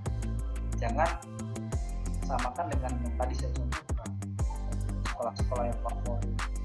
Nggak bisa Pak, nggak bisa. Jadi saran saya itu, saya doakan Pak rezeki lebih, anaknya beliin handphone Pak. Kasih bantuan. Terima kasih. Mohon maaf loh Pak. Ya, baik. Terima kasih Pak Rian, selaku narasumber kita yang pertama, luar biasa. Tepuk tangan dulu ya. Kasih supportnya buat narasumber kita yang pertama, luar biasa, dan juga support kepada para penanya 3 orang tadi. Alhamdulillah, terima kasih atas antusiasnya.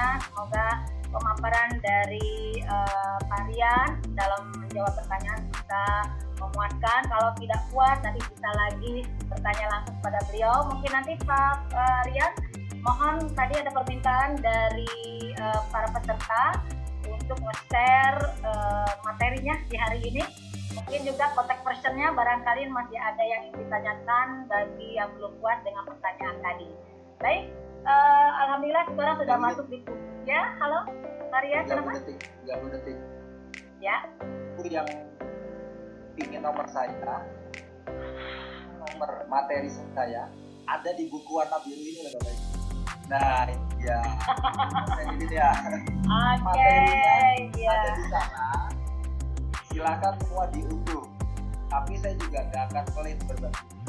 Nanti materinya saya share ke Teh Wiwin dan di-upload di chat. Ya Teh Wiwin ya. Ya, di chat Zoom ya. Itu ada di buku juga Bapak Ibu. Bapak Ibu pasti lebih lengkap di sana. Terima kasih Teh Wiwin. Baik ya, terima kasih Pak Rian. Demikian katanya untuk dapat nomor HP-nya lihat di buku kelas 7 yang revisi katanya. Tapi nanti bisa ya. Nanti kita berbagi juga di grup chatnya. Baiklah, tak terasa waktu sudah 2:30 ya.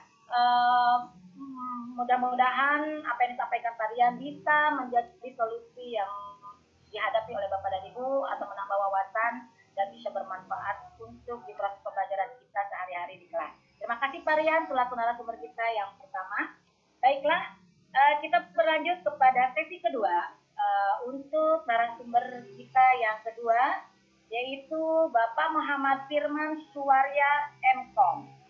Beliau juga salah satu penulis buku yang aktif sekali di bidang informatika dan alhamdulillah beliau pun aktif juga di buku informatika kita yaitu kelas 7, 8, dan 9 dan sejak awal.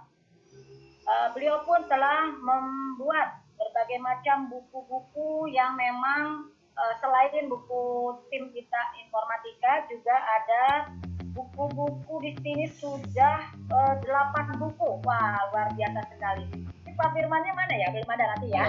Nanti biar penasaran yang mana sih Pak Firman itu. Nah, beliau telah membuat buku sebanyak 8 buku. Wah, luar biasa. Tepuk tangan support selalu untuk penulis kita Kak Firman ya. Di sini salah satu buku yang terakhir diciptakan oleh beliau dan ini masih edisi cetakan baru ya karena ISBN-nya baru dikeluarkan kemarin sehingga nanti ada door prize katanya nih. Tadi Teh Wiwin udah merayu-rayu Pak Firman nih. Pak Firman ayolah buku terbarunya boleh tapi nanti yang dapat itu sesuai dengan kriteria yang nanti disampaikan oleh Pak Firman ya. Tapi itu harus sabar menanti karena masih edisi cetakan terbaru. Itu pemrograman Scratch. Nah, mudah-mudahan ini sesuai dengan materi kita di siang hari ini yang akan dibawakan oleh Pak Firman. Nah, beliau di sini mengajar dari sejak tahun 2004 sampai saat ini, di mana mengawalinya di SMK PGRI Indramayu, kemudian berlanjut di beliau juga menjadi dosen yaitu Amik Purnama Niaga Indramayu, kemudian mengajar juga di Aliyah Negeri ya, Madrasah Aliyah Negeri 1 Indramayu, kemudian juga SMP Negeri 1 Pasekan, dan sekarang sedang mengajar di SMP Negeri Unggulan Sindang Indramayu. Wah, luar biasa ya profil dari Pak Firman, di mana beliau sudah berganti-ganti tempat mengajarnya sehingga mungkin pengalamannya lebih banyak lagi ya. Nah, beliau tinggal di Indramayu. Di sini tadi background sekolahnya Indramayu semua ya, karena memang beliau tinggalnya yaitu di Indramayu. Nah, mudah-mudahan apa yang disampaikan nanti oleh Pak Firman bisa menambah informasi pengetahuan kita tentang Scratch ya. Beliau akan membawakan materi yaitu pemrograman Scratch. Seperti apa yang akan disampaikan oleh Pak Firman? Mudah-mudahan menjadi penasaran buat semuanya ya. Silakan Pak Firman untuk memulai saja presentasinya.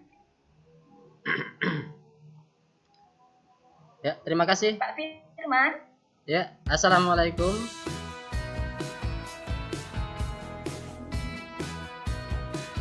Ya, terima kasih. Assalamualaikum warahmatullahi wabarakatuh. Waalaikumsalam warahmatullahi wabarakatuh. Kedengaran Nah, ini ya? Pak Firman ya. Yang tadi penasaran. Mangga silakan Pak Firman. Ya, assalamualaikum warahmatullahi wabarakatuh. Alhamdulillahirabbil alamin.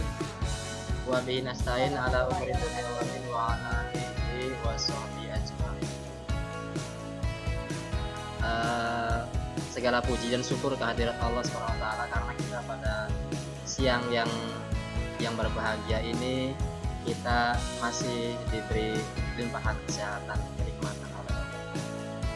Salawat serta salam mudah-mudahan tetap terlimpah curahkan untuk kita Nabi besar Muhammad SAW. Perkenalkan bapak-bapak, teman-teman semua, saya Firman Muhammad Firman Suarya. Tadi secara sekilas profil saya sudah disampaikan oleh Teh Wiwin.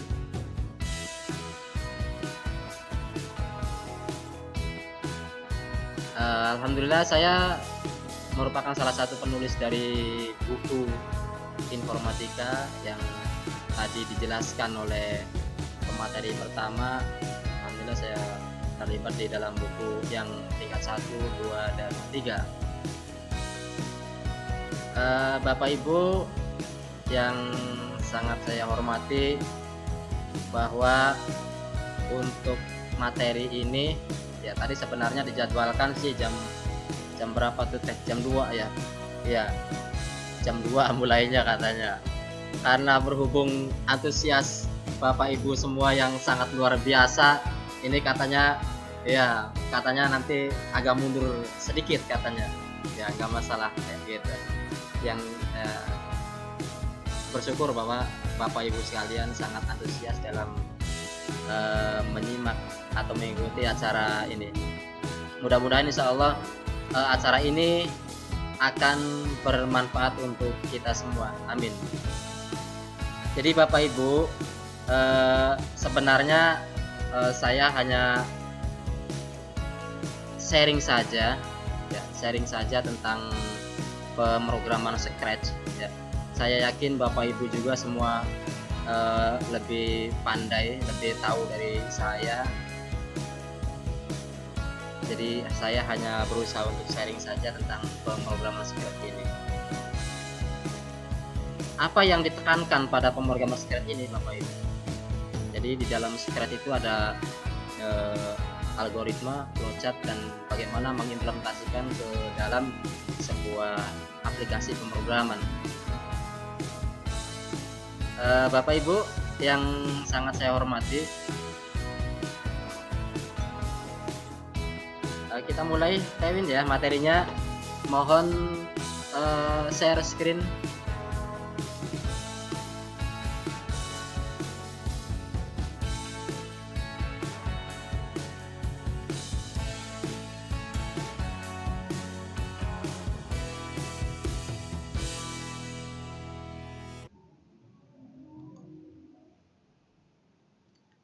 Ya ini terlihat belum Bapak Ibu? Belum Pak, masih wajahnya Pak Firman.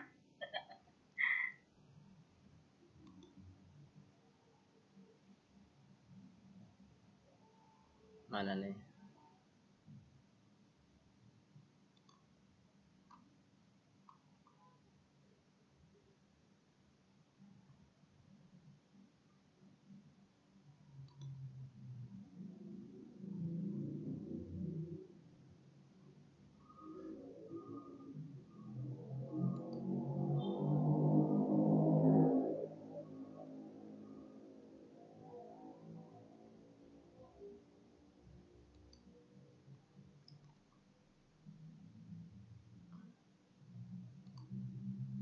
Di share screen.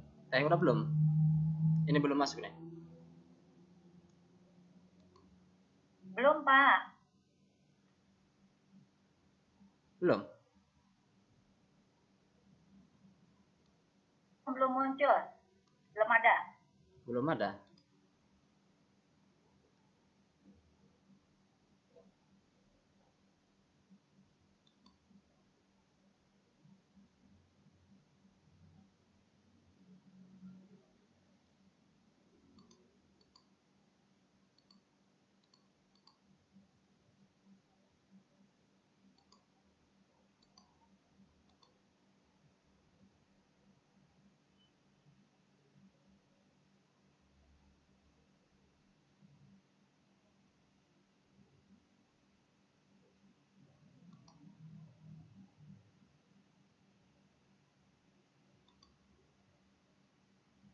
Sudah Pak Firman. Sudah ya. Kelihatan. Sudah tampil.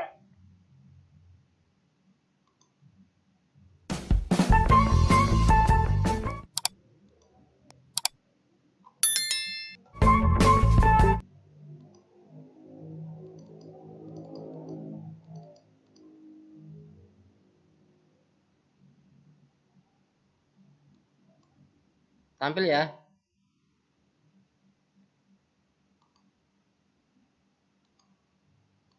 Jadi gimana Teh? Udah tampil belum?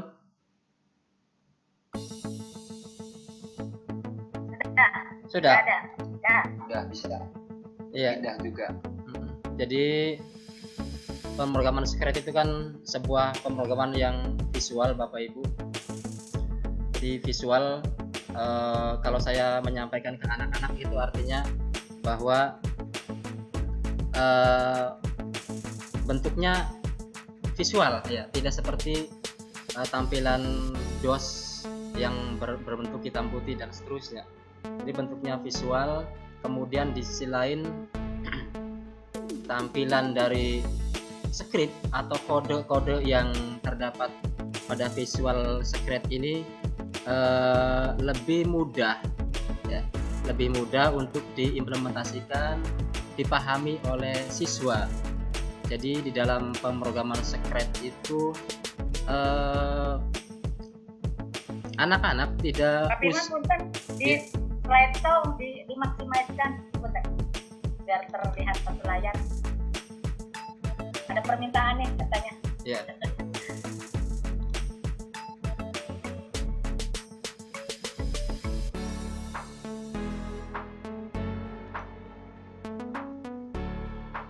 Udah. Belum, masih ini Pak. F5 atau itu Udah. slideshow-nya. Oh sudah. Udah. Oh kalau di sini masih begini ya. Oh berarti mungkin koneksi kali ya. Iya di sini udah deh. Ya, silakan Pak kalau sudah. Udah F5 juga udah ya. Udah. Jadi Ya, baik, silakan. kita lanjut Bapak Ibu. Jadi pemrograman Scratch itu untuk anak-anak ini sangat enak ya untuk diikuti oleh anak-anak, diimplementasikan, pemahaman juga anak-anak lebih dapat kalau pemrograman menggunakan Scratch ini. Karena selain bentuknya visual, menarik, juga anak-anak itu seperti bermain puzzle ya. Ketika menggunakan Scratch ini anak-anak itu seperti Pak seperti puzzle ya gitu. Jadi anak-anak merasa senang, merasa tidak terkuras energinya untuk membuat sebuah algoritma atau menyusun sebuah program, padahal di dalamnya sebenarnya adalah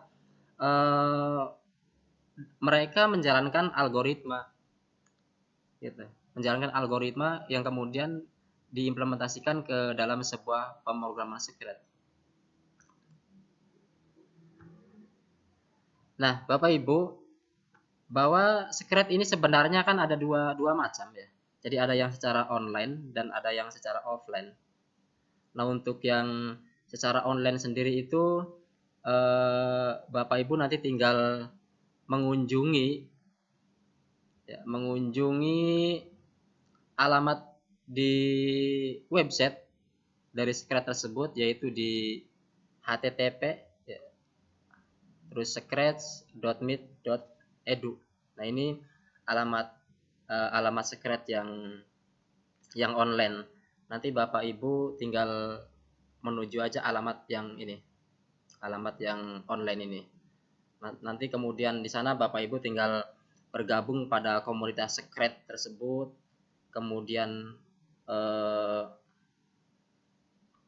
bisa memberikan sebuah materi juga di dalam Secret yang online tersebut, gitu. Nah, namun Bapak Ibu yang ingin saya sampaikan di pertemuan yang singkat ini, saya ingin hanya berbagi sedikit tentang Secret yang offline ini. Jadi pemrograman Secret yang online ini dari tahun ke tahun selalu mengalami update dari Scratch. Tahun kemarin masih ada Scratch yang 2 ya, yang 2.0 itu. Sekarang muncul lagi Scratch yang 3, yang 3,2, 27 kalau nggak salah. Kemudian ada lagi yang update terbaru itu adalah Scratch 3.28. Namun Bapak Ibu, bahwa bagaimanapun versi dan seterusnya tentang Scratch ini, pada dasarnya itu adalah sama ya. Yang penting kita sudah memahami dalam satu versi, maka kita tinggal ya menyesuaikan saja ke versi-versi yang terbaru atau yang akan dirilis oleh Scratch tersebut. Jadi kalau kita sudah memahami satu versi, bahwa saya yakin ke versi-versi yang lainnya tinggal adaptasi saja, tinggal menyesuaikan. Karena kalau saya perhatikan dari pemrograman Scratch ini hanya ada fitur-fitur tertentu saja, tidak begitu signifikan, jadi tidak terlalu berbeda dengan Scratch yang sebelumnya. Nah, langkah untuk menggunakan Scratch ini Bapak Ibu, pastikan nanti Bapak Ibu mendownload terlebih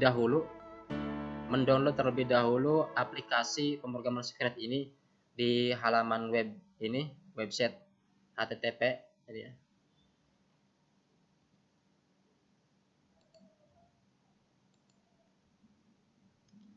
Nanti Bapak Ibu tinggal download saja di halaman ini.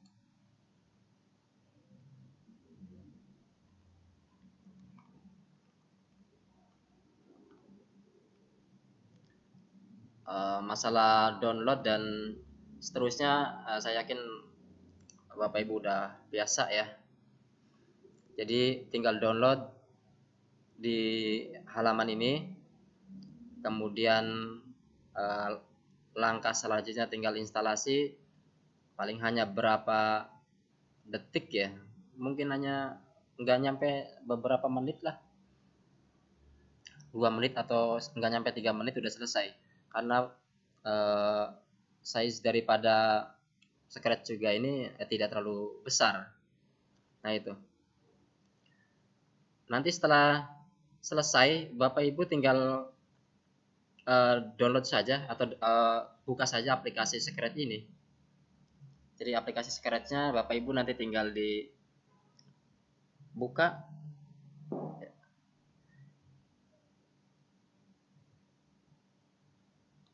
Saya sudah menyiapkan Scratch ini Bapak Ibu. Ini tampilannya seperti ini.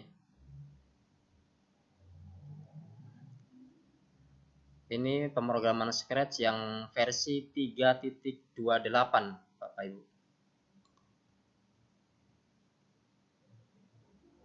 Terlihat nggak ini teh tampilannya? Belum. Ya? Baru slide ini aja, algoritma. Algoritma. Ya, jadi di sini tampil yang algoritma gitu namanya. Slide 7 ini yang terlihat. Bentar. Mas Firman, Ya. ini ada info nih, masukan mudah-mudahan katanya F5 berbarengan sama share screen. Share screen ya. Ini mungkin kurang kuat kali ya layarnya. Nggak terlihat atau gimana? Sebentar. Ya. Oke, silakan. Yang mana dulu silakan. Nah, ini.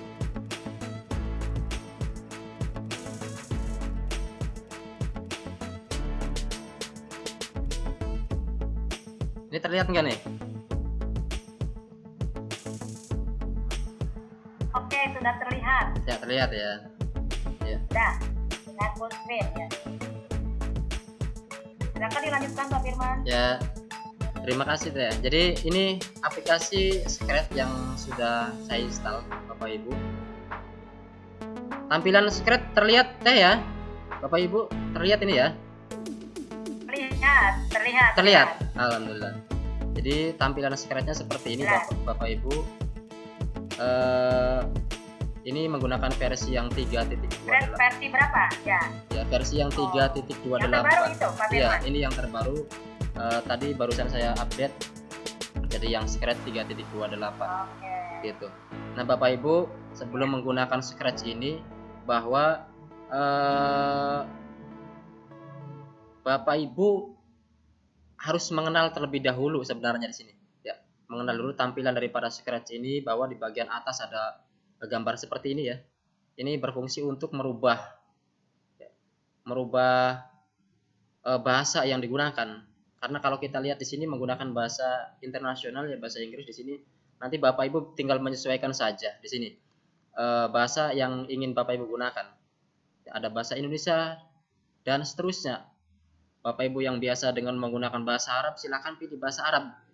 Gak apa-apa.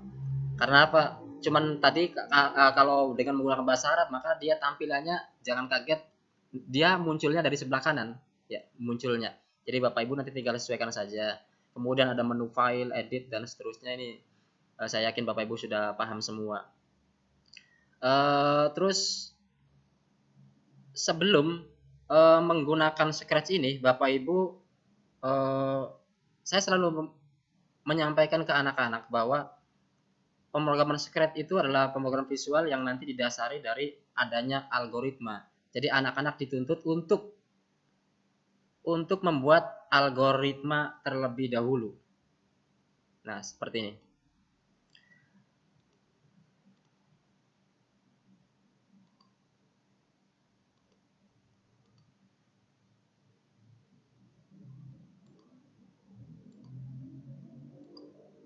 Ya. Jadi saya selalu mengajarkan ke anak-anak itu membuat algoritma terlebih dahulu untuk membuat Scratch ini. Jadi supaya algoritma anak-anak juga jalan dan sesuai dengan urutannya. Karena algoritma itu adalah langkah urutan dalam pemrograman. Jadi urutan-urutan dalam pemrograman itu adalah algoritmanya. Jadi di situ dituntut untuk menuliskan langkah-langkah dari awal sampai terakhirnya. Misal Bapak Ibu, kita ingin membuat sebuah perhitungan menghitung luas persegi panjang. Maka saya biasa membuat seperti ini dulu.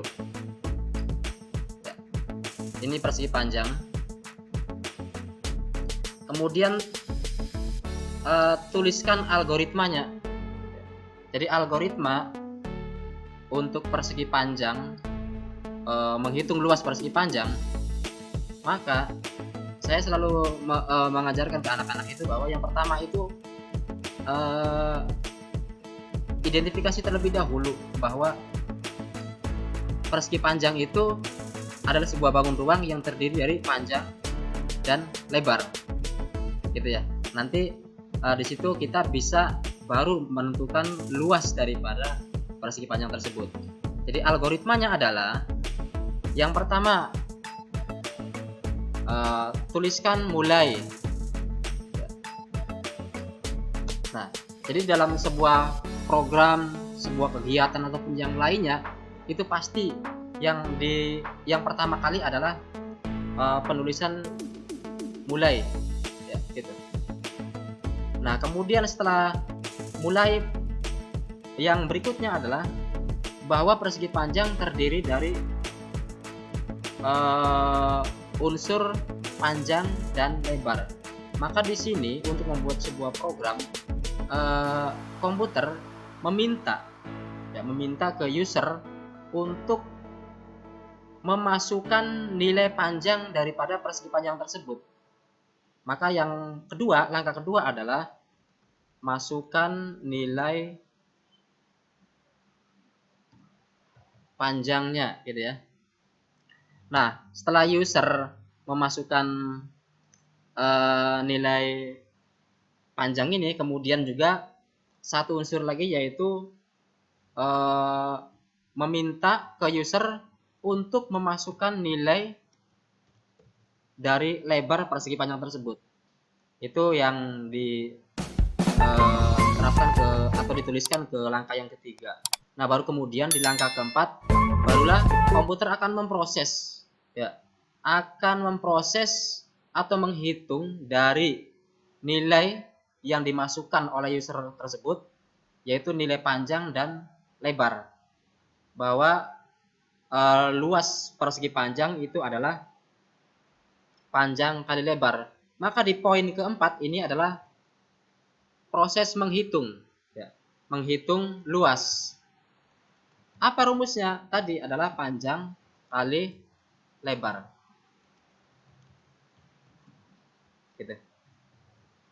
Nah, setelah komputer memproses atau menghitung ini, maka selanjutnya komputer akan memberikan output dari hasil perhitungan tersebut. Maka di sini bisa tuliskan menampilkan hasil dari luas persegi panjang tersebut. Baru kemudian setelah hasilnya tampil, barulah kita tutup dengan pernyataan terakhir yaitu selesai. Nah, ini teman-teman, bahwa semua algoritma itu harus runtut, harus berurutan. Nggak boleh dari langkah ke-1 kemudian langkah keempat misal, gitu. Jadi algoritma itu adalah langkah-langkah urut yang logis, gitu. Terakhirnya pasti di sini ada selesai.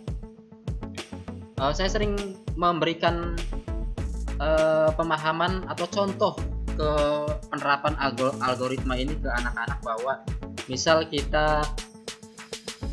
kita berada pada ruangan atau ruangan sebuah kelas, di mana kelas tersebut berada pada lantai 2 misal. Nah, tiba-tiba ada sebuah pengumuman bahwa seluruh siswa suruh kumpul di lapangan sekolah yang letaknya di bagian bawah misalnya. Nah, maka saya sering menyuruh ke siswa, buatlah logika algoritma untuk kalian sampai ke lapangan basket tersebut dengan benar dan selamat. Ya, dengan benar dan selamat, karena urutan yang benar juga kalau tidak selamat maka itu adalah bukan sebuah algoritma yang baik, gitu. Jadi anak-anak nanti yang terjadi adalah menyusun algoritmanya. Yang pertama adalah karena posisinya berada di dalam kelas, yang pertama adalah keluar kelas. Kemudian yang kedua menuruni tangga. Kemudian yang ketiga menuruni jalan atau menelusuri jalan. Kemudian keempat menuju ke lapangan. Jadi itu adalah algoritmanya. Nah, bagaimana kalau misal tidak menggunakan algoritma seperti tersebut? Misalnya gimana? Misalnya siswa tersebut keluar kelas, kemudian tidak menuruni tangga, tidak menuruni anak tangga. Apa yang terjadi? Apakah anak tersebut atau siswa tersebut sampai ke lantai bagian bawah? Ke lapangan? Nyampe, tetapi bagaimana caranya? Caranya dengan loncat misal. Nyampe enggak? Nyampe, tetapi di situ tidak selamat kan, seperti itu. Itu artinya logika algoritma itu harus sesuai dengan urutan-urutan dan kemudian baik ya, benar gitu. Jadi tidak boleh menyusun sebuah algoritma tidak secara berurutan. Nah itu. Kemudian Bapak Ibu, setelah algoritma ini tersusun, maka selanjutnya adalah kita bisa membuat sebuah flowchart-nya untuk memudahkan dari pemrograman Scratch ini. Ya, jadi algoritma yang sudah tertulis ini, saya biasa mengajarkan ke siswa itu suruh membuat flowchart. Ya, flowchart-nya nanti Bapak Ibu bisa menggunakan Visio ataupun yang diagram.net ya, yang di internet itu bisa juga yang secara online. Tapi saya menggunakan di sini di samping yang Wood ini. Jadi yang pertama, kalau kita melihat algoritma yang seperti ini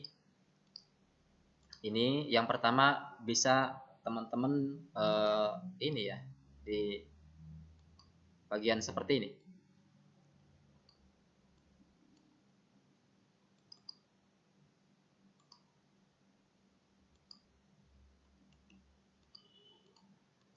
Ini adalah flowchart untuk tombol mulai dan selesai.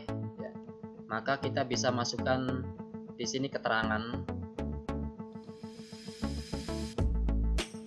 Ini mulai.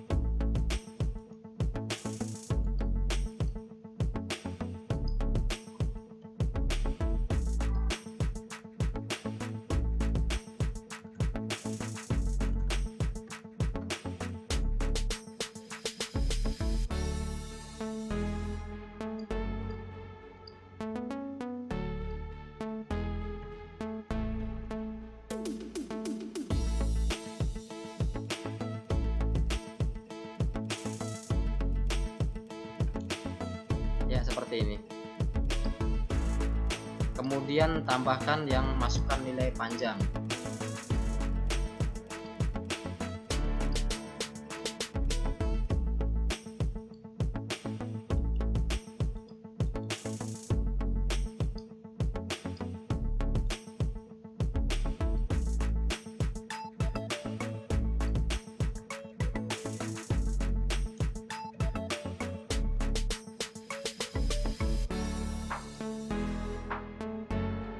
Berikutnya adalah yang poin ketiga, yaitu memasukkan nilai lebar.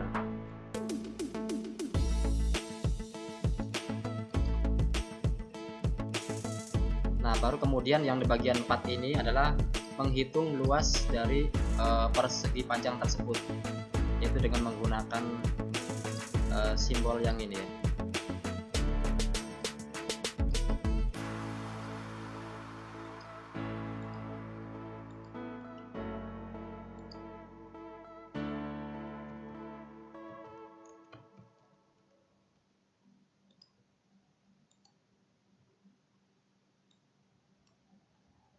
Setelah menghitung luas, maka berikutnya adalah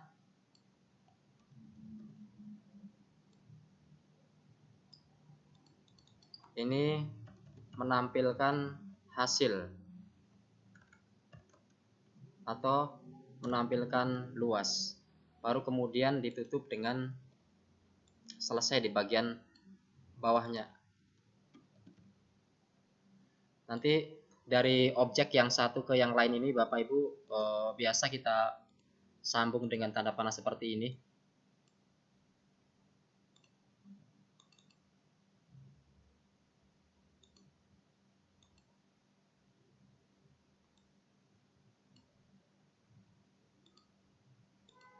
Ya, nanti Bapak Ibu ini diisi semua seperti ini atau kita sambungkan ke objek-objek yang lainnya.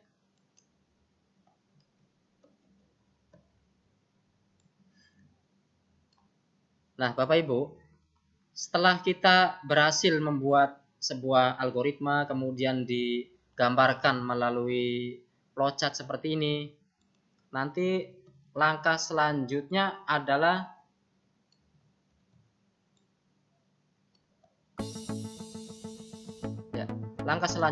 mengimplementasikan. Jadi bagaimana algoritma dan flowchart ini diimplementasikan ke dalam pemrograman Scratch. Nah, dalam mengimplementasikan ini kita buka dulu Scratch-nya Bapak Ibu.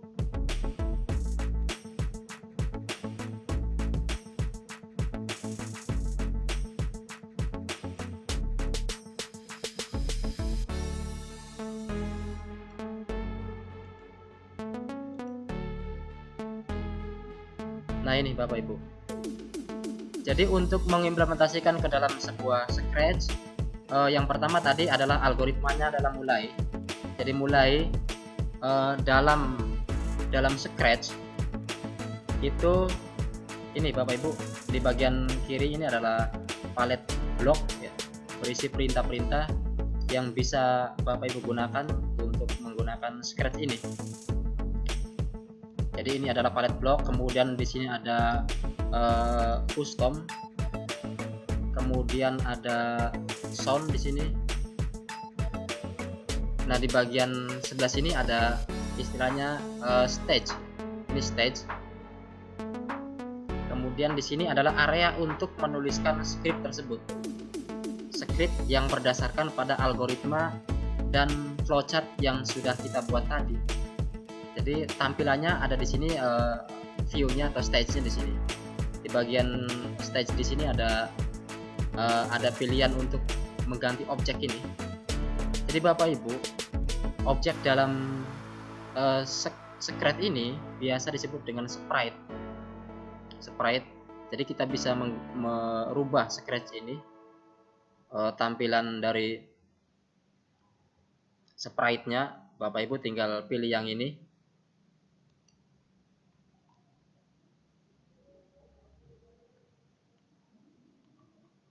Misal yang ini ya. Nah, seperti ini, tinggal geser-geser saja. Yang kucing kita hapus saja ya. Kemudian di bagian kanannya di sini ada backdrop untuk merubah background ini.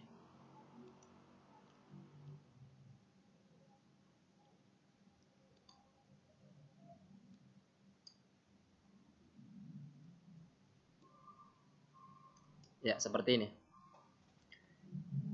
Kemudian kembali ke sini Bapak Ibu, di bagian palet ini ya, palet code ini ada beberapa bagian, ada 9 di sini.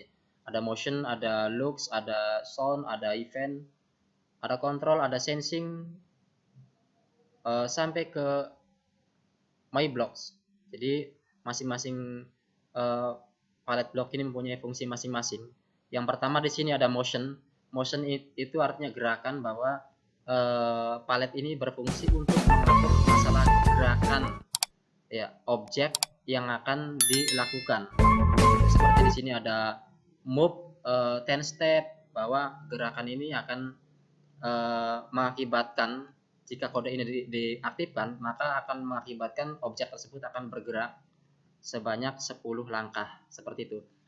Caranya tinggal klik di sini, kemudian drag saja, geser ke bagian ini di area script ya, geser ke sini. Nah, ini kita klik di bagian ininya, maka objek sprite orang ini akan bergerak ya, seperti itu. Kemudian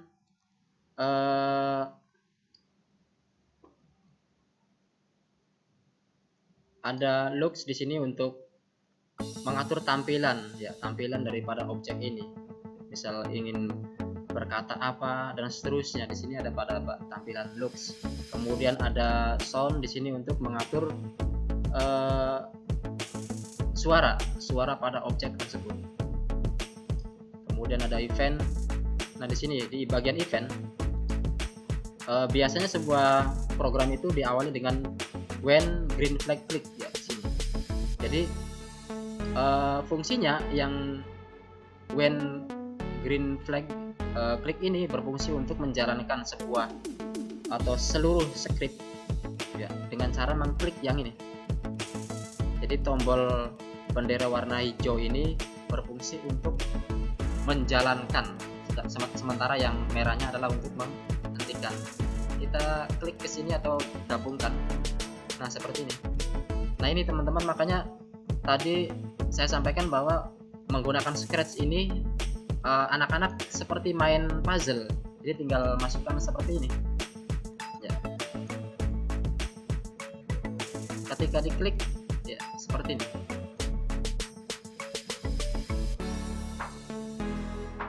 Nah, untuk mengontrol objek perintah-perintah script yang sudah kita berikan ini, selain menggunakan when green flag click ini, juga bisa menggunakan ini when space key press di sini. Bisa seperti ini. Jadi kalau kita lihat di game-game itu ya, di permainan itu jalannya atau menggunakan spasi ya, tombol spasi. Ini perintah yang digunakan adalah when spasi key press. Jadi bisa menggunakan spasi, bisa juga menggunakan tanda panah ke atas, tanda panah ke bawah, dan seterusnya. Juga bisa menggunakan huruf pada keyboard tersebut untuk menjalankan game edukasi tersebut gitu. Nah, ketika sudah begini, nanti Bapak Ibu misal ada yang salah pada blok palet ini, Bapak Ibu tinggal klik kanan aja, delete seperti ini. Delete.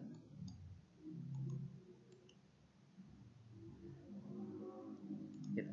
Nah, kembali ke tadi untuk menghitung ya, ini berpacu dengan waktu ini. Jadi untuk menghitung luas persegi panjang, yang pertama adalah tadi masukkan nilai panjang. Jadi masukkan nilai panjang.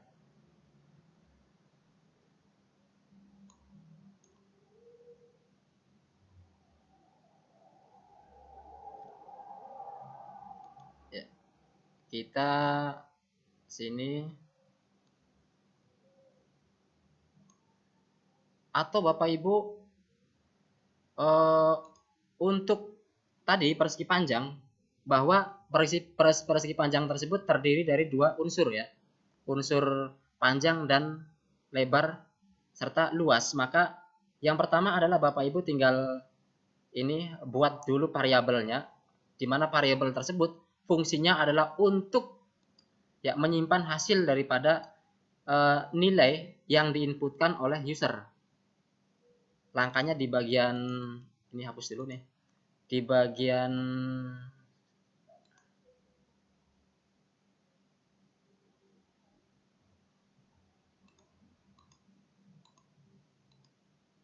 ya, di bagian variabel, maka kita set dulu dengan make a variable, kemudian kita masukkan panjang,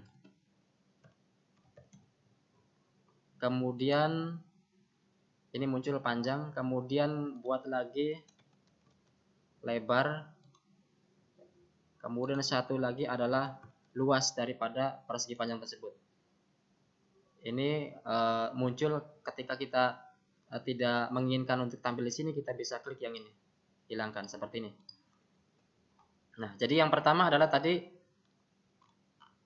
mengset ya, mengset terlebih dahulu variabel-variabel yang dibutuhkan untuk menyimpan nilai yang dimasukkan oleh user, kemudian masukkan di sini event terlebih dahulu, boleh ke sini event, kemudian permintaan,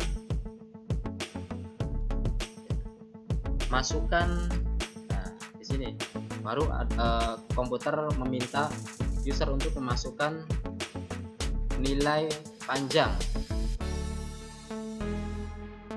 Kemudian klik sensing lagi,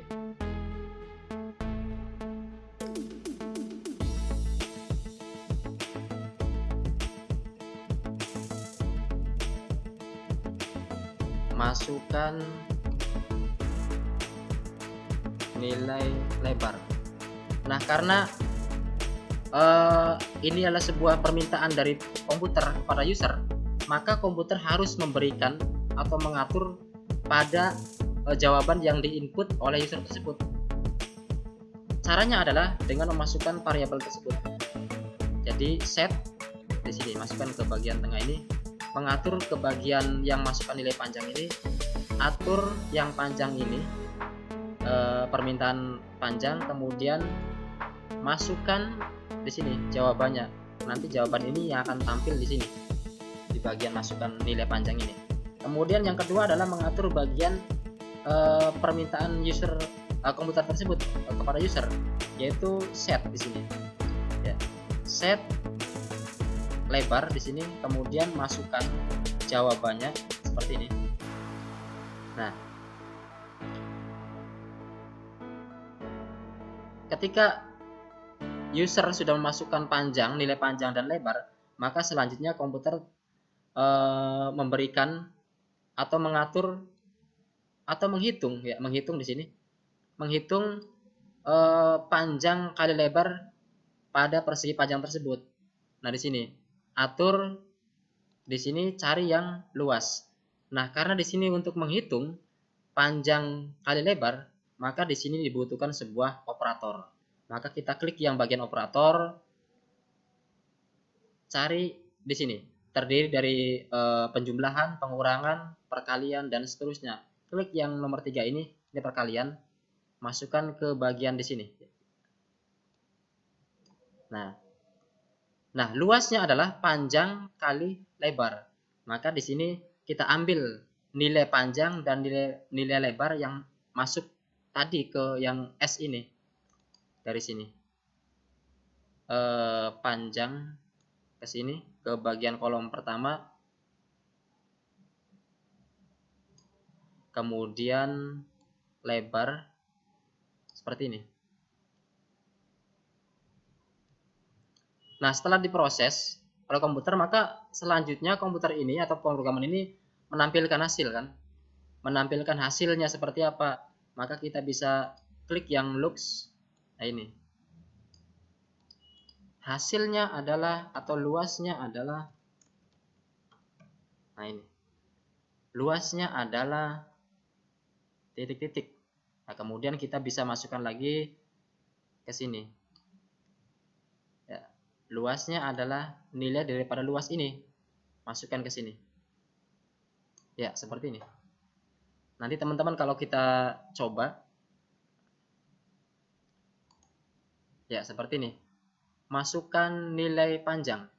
Jadi perempuan ini meminta nilai dari panjang persegi panjang tersebut. Misal panjangnya adalah 3.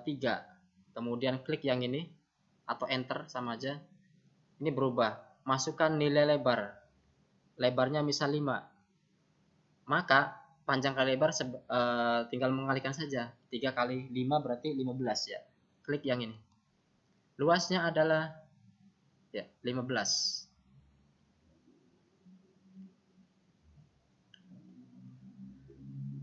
Nah, itu teman-teman.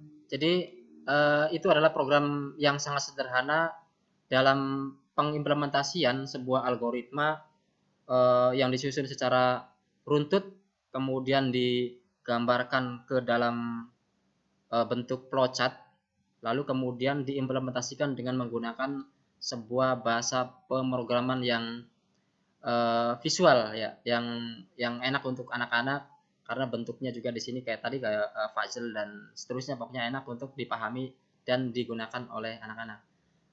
Nah, itu teman-teman, mudah-mudahan materi singkat ini bisa memberikan manfaat lah untuk kita semua, khususnya untuk anak didik kita yang sekarang lagi gencar-gencarnya belajar tentang informatika. Mudah-mudahan informatika ini kedepannya akan semakin eksis, Bapak Ibu sekalian.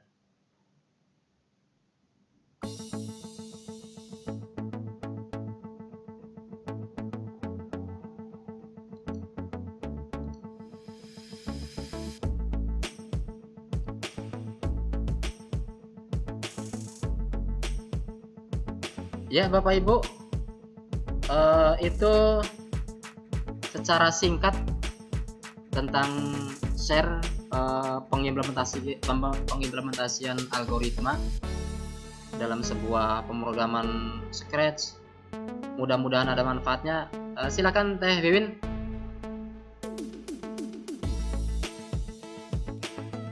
Baik, Pak Firman, terima kasih.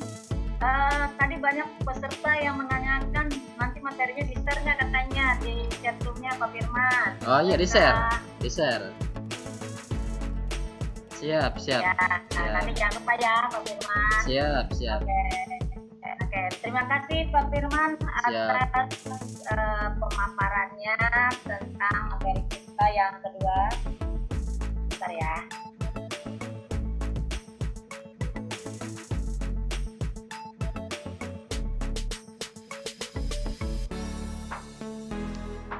Baik, terima kasih sebelumnya pada Pak Firman yang telah memaparkan pemrograman Scratch yang memang diawali dengan adanya algoritma.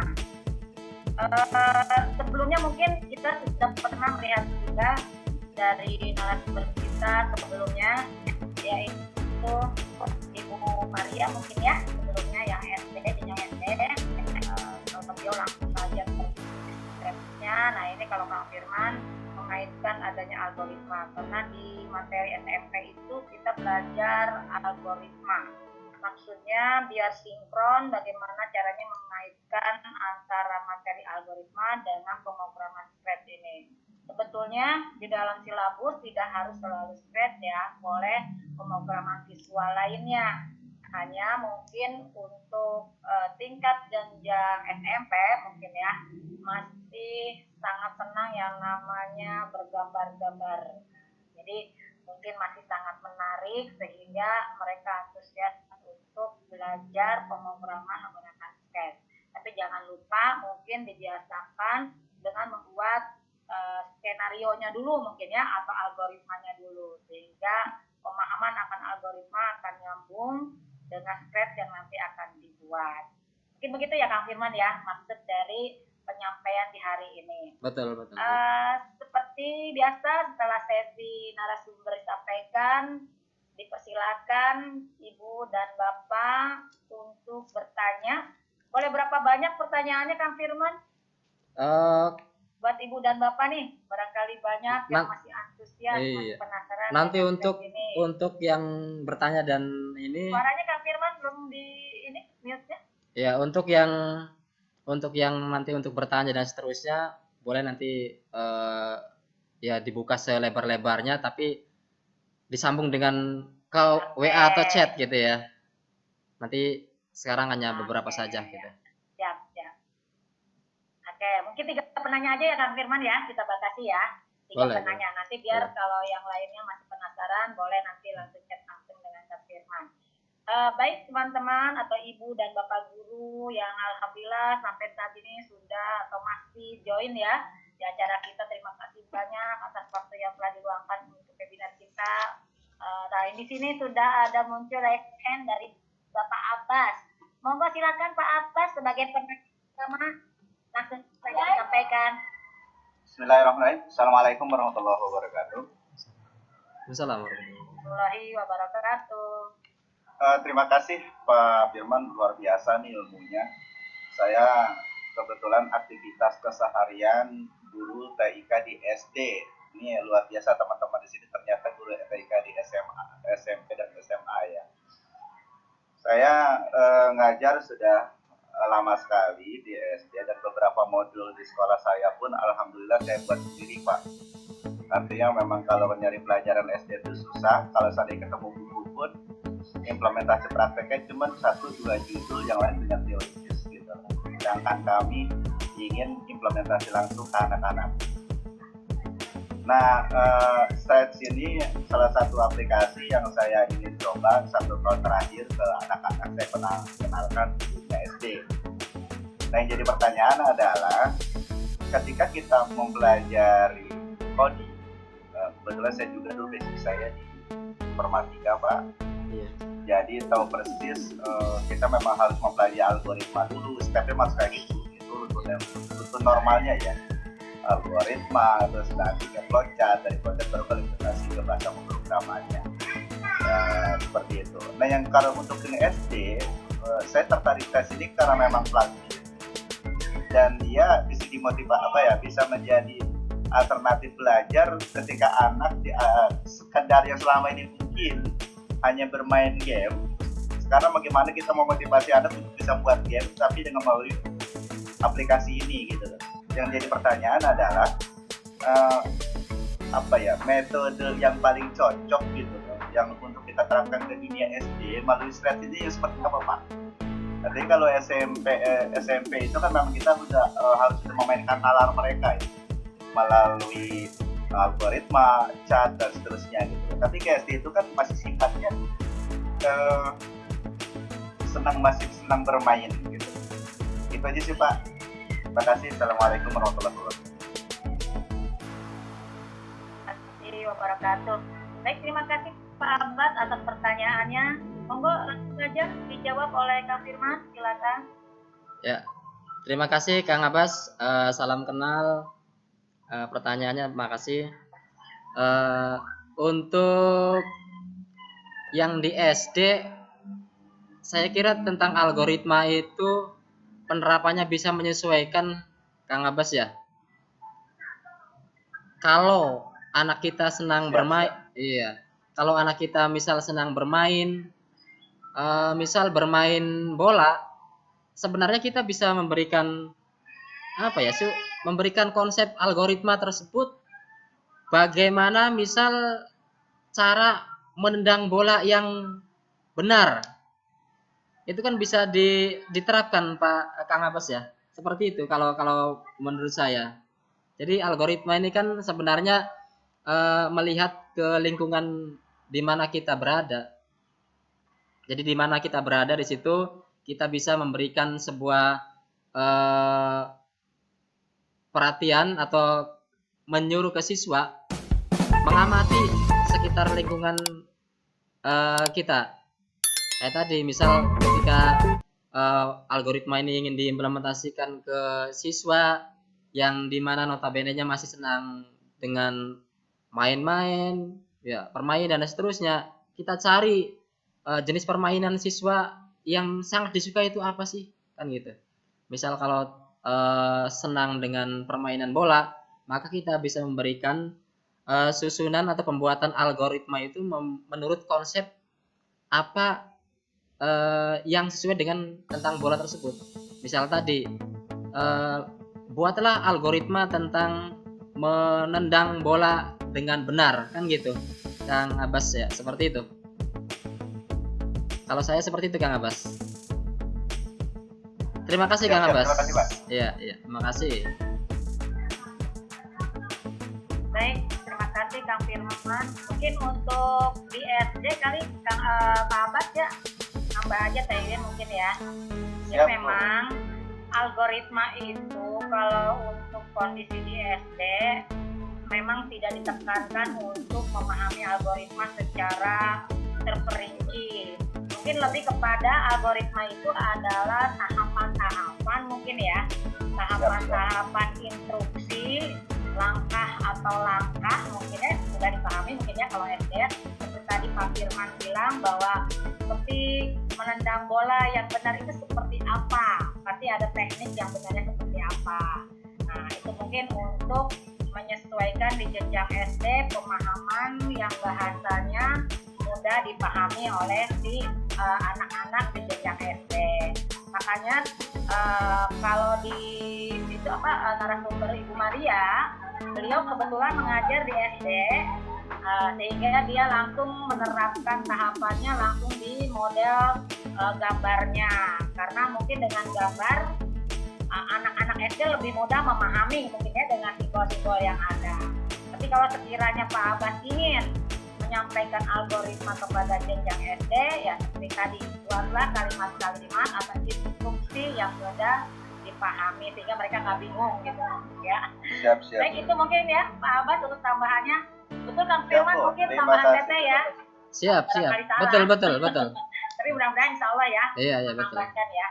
Baik, di sini ada penanya kedua Kang Firman, namanya Ibu Elin Herlina. Kami persilakan Bu Elin untuk menanyakan langsung kepada narasumber kita. Silakan. Ya, mohon izin bertanya. Terdengar suaranya Bu? Bu Elin terdengar? Sangat jelas Bu Elin. Sangat jelas, merdu sekali. Assalamualaikum warahmatullahi wabarakatuh. Waalaikumsalam warahmatullahi wabarakatuh. Ya Bu, perkenalkan saya Bu Elin. mengajar sama dengan Pak Firman dari SMP Unggulan Sindang. Luar biasa ya Pak Firman menampilkan Alhamdulillah. materi yang bermanfaat untuk anak-anak. Terima kasih Pak. Ini ada yang ingin ditanyakan Pak. Kalau misalnya teknis pelaksanaan di kelas misalnya ya Pak ya. Kebetulan saya kan mengajar IPA. Nah kalau misalnya anak itu nanti tampilannya langkah awalnya harus menginstal dulu Scratch. Jadi anak itu tetap dengan pemrogramannya dan hasilnya, atau nanti anak bisa menggunakan hasil akhir juga gitu Pak. Jadi apakah anak harus menginstal dulu? Nah kemudian yang kedua pertanyaannya, apakah Scratch ini bisa dijadikan APK gitu Pak, hasil akhirnya gitu? Atau anak menggunakannya lewat instalan itu gitu? Iya. Seperti itu Pak. Sudah? Untuk untuk pelaksanaan di lapangannya ya. Terima kasih banyak Pak Firman ya. Ya, baik, silakan Kang Firman langsung saja dijawab. Ini mah teman saya Bu Win, jadi nanti ini jawabannya nanti kalau ingin panjang dan lebar nanti bisa berkumpul di ruang guru ini. Iya, tadi tersenyum-senyum saja, ini ternyata sudah kenal ya. Mangga silakan, tetap dijawab loh. Jadi intinya mah, silakan dah. iya, jadi dalam pembuatan dengan menggunakan Scratch ini kan nanti kita bisa memberikan outputnya seperti apa ke siswa tersebut ya. Kemudian ketika siswa yang membuat juga nanti siswa tersebut bisa menghasilkan seperti apa, jadi bentuknya file Excel tersebut, jadi siswa tinggal menggunakan saja. Sama seperti kemarin ada beberapa siswa yang sudah membuat sebuah game edukasi ya, edukasi bahwa tentang apa gitu ya, banyak sekali yang membuat dan bentuknya sudah siap pakai seperti itu. Ada juga yang membuatnya dalam bentuk permainan ya, game kayak semacam tembak-tembakan gitu ya. Kemudian ada poin dan seterusnya ketika berhasil, ketika tidak berhasil maka akan terjadi game over dan seterusnya. Jadi nanti bentuknya dalam bentuk file exe Bu Lin ya. Jadi nanti kita atau siswa yang lain yang walaupun tidak membuat itu nanti bisa menggunakan aplikasi yang sudah kita buat dalam Scratch tersebut. Itu Bu Lin. Ya, terima kasih Pak Firman. Berarti anak mau install ya bisa ya Pak, masing-masing gitu ya? Bisa. Berarti hasil akhirnya Exe, iya. Nah. Terima kasih Pak. Sama-sama, makasih Bu Lin. Makasih. Bu Elin, mudah-mudahan kuat ya. Kalau nggak kuat, main aja ke rumah Pak Firman ya. Nah, ini mah tiap hari ketemu di sekolah. Terima kasih Bu Elin. Ya, baik. Ya, di sini di chat room ada yang bertanya nih Kang Firman, katanya dari Pak Haris. Kira-kira anak kelas berapa sih yang paling ideal belajar materi Scratch itu, katanya gitu. Itu pertanyaannya sangat sederhana. Barangkali Pak Firman bisa menyampaikan idealnya seperti apa gitu. Silakan Pak Firman, dari Pak Haris ini ya. Iya. Pertanyaannya. Terima kasih Pak Haris ya. Atas pertanyaannya. Sebenarnya pemilihan daripada Scratch di informatika ini kan sudah sudah melakukan seleksi terhadap aplikasi-aplikasi yang ada bahwa aplikasi Scratch ini udah disetujui lah atau disepakati bahwa ini adalah yang termudah untuk semua jenjang, baik itu dari SMA, SMP ataupun bahkan ke tingkat SD, sekolah dasar gitu.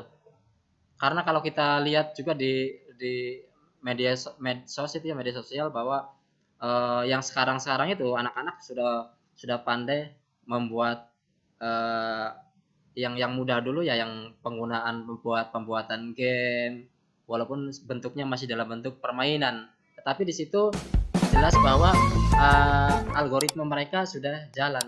Artinya apa? Bahwa emang usia dini pun anak-anak sebenarnya sudah bisa menjalankan algoritmanya, tentu dengan level-level mereka sendiri kan gitu. Jadi saya yakin bahwa tingkat SD juga anak-anak sudah banyak yang paham untuk pemrograman Scratch ini. Itu Teh Win. Terima kasih Kang Firman. Ada lagi kah dari Bapak dan Ibu yang ingin bertanya pada Pak Firman? Ini Teh Win kadang manggil Kang Firman, kadang Pak Firman ya, nggak apa-apa ya. Boleh. Penting identitas bapak-bapak deh antara Akang sama Bapak ya. Baik, ada Mas. Bentar saya lihat dulu di chat roomnya masih adakah? Oke, mungkin yang belum terjawab itu Kang Firman di sini jangan lebar. Materi banyak yang meminta, mungkin bisa di-share di grup chat room Kang Firman. Iya. Sebelum nanti ditutup ininya ya, sehingga mereka masih bisa buka slide yang memang perlu dipahami lebih lanjut. Mungkin barangkali tadi ada yang terkendala koneksi. Karena tadi juga untuk mengisi absen ada beberapa peserta yang live karena koneksinya. Nah ini barangkali bisa berbagi dengan slide materi di hari ini. Silakan bisa di-share langsung di chat room-nya mungkin Kak Firman ya, agar teman-teman yang lain bisa mendapatkan materi di hari ini. Oh ini ada Pak Zulfikar. Pak Zulfikar mau langsung saja tampil, boleh silakan Pak Zulfikar. Pak Zulfikar Rahmat nih. Ayo Pak, biar terlihat wajahnya Pak. Silakan. Ya, silakan Pak Zulfikar. Ini ada yang mau nanya lagi nih Pak Firman, bagus pertanyaannya loh. Ada ini Pak Zulfikarnya. Oh, enggak on ya. Videonya. Pak Zulfikar. Langsung aja ya Pak. Itu ya, alhamdulillah. Silakan Pak Zulfikar. Apakah sudah ada versi Android-nya nih Pak? Kalau mungkin ada, apakah versi Android version ada ya? Saya belum cek juga sih di Play Store. Apakah kalau misalkan ada versi Android-nya, apakah bisa jadi alternatif nih Pak buat siswa yang tidak punya PC atau laptop? Iya. Kan tidak semuanya punya PC atau laptop di rumah. Iya. Terima kasih Pak, mungkin saya jawab Pak Firman. Iya. Oke Pak Zulfikar, terima kasih. Silakan Pak Firman langsung saja. Terima kasih Kang Zul, atas pertanyaannya. Ini juga sempat muncul ketika saya menyampaikan materi ini di kelas. Ada beberapa siswa yang ternyata masih belum punya PC ya atau laptop. Mereka menggunakan smartphone atau Android itu. Pada dasarnya sama, Pak Zul, bisa menggunakan yang smartphone itu bisa menggunakan Scratch ini, tetapi harus dipahami untuk menu-menu tertentu itu tampilannya agak berbeda, ya, agak berbeda. Cuman waktu itu saya tekankan bahwa intinya begini, gitu. Secara menu tidak signifikan yang jauhnya, tetapi secara keseluruhan sama gitu. Tapi yang saya khawatirkan ketika diimplementasikan ke siswa, misal yang SD dan yang sederajat itu, mereka agak kesulitan memahami menunya karena memang materi yang dari desktop di laptop itu agak berbeda dengan yang berada di smartphone tersebut, gitu. Jadi tergantung kita Pak Zul bagaimana cara menyikapi ini. Tapi yang jelas di Play Store itu sudah banyak tentang Scratch ini yang langsung bisa diimplementasikan oleh putra-putri kita. Gitu. Itu Pak Jul. Tinggal menyesuaikan aja kali ya, apa yang ada di laptop yang iya betul. Yang tidak ada di Android itu mungkin nanti bisa diarahkan yang kira-kira sama atau disesuaikan aja lah gitu dengan materi yang kita akan lakukan. Betul Pak Jul, betul. Tinggal disesuaikan saja. Ya. Sudah Pak Jul? Sudah puas dengan pertanyaan jawabannya? Ya. Mungkin menambahkan saja, mungkin Pak Jul kenapa membutuhkan scratch menggunakan laptop, mungkin lebih kepada layarnya kali ya, lebih terlihat dengan jelas. Kalau pakai Android yang memang layarnya sangat kecil kali ya, sehingga sangat ya kurang nyaman mungkin ya. Jadi itu mungkin salah satu pilihan. Jadi kembali kepada untuk menyesuaikan perangkat yang ada, tapi kita juga tidak bisa memaksakan kepada siswa harus di laptop ya, karena kondisinya juga kemampuan siswa gitu ya beraneka ragam kemampuan ekonominya. Jadi mungkin tinggal kondisi Bapak sendiri bagaimana membuat scratch ini bisa dipahami oleh siswa sehingga dengan media atau perangkatnya juga bisa disesuaikan dengan kemampuannya. Mungkin itu saja kali ya Pak ya, untuk mendapatkan masukan atau tambahannya. Terima kasih Pak Zulfikar atas pertanyaannya. Terima kasih Bu, Pak. Ya. Yang lainnya sudah cukup kali ya, di sini sudah sudah tidak ada lagi pertanyaan, lainnya sudah tidak ada. Baiklah, mungkin kita tutup saja acara kita, mungkin Kang Firman ya. Tapi Kang Firman jangan dulu off, mungkin sekalian nanti doa kita untuk menutup acara kita. Masih ada yang mau ditanyakan? Barangkali ada yang lainnya?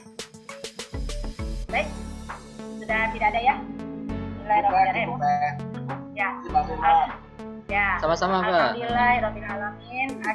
Acara kita di hari ini untuk webinar kelas informatika kita telah berjalan dengan lancar.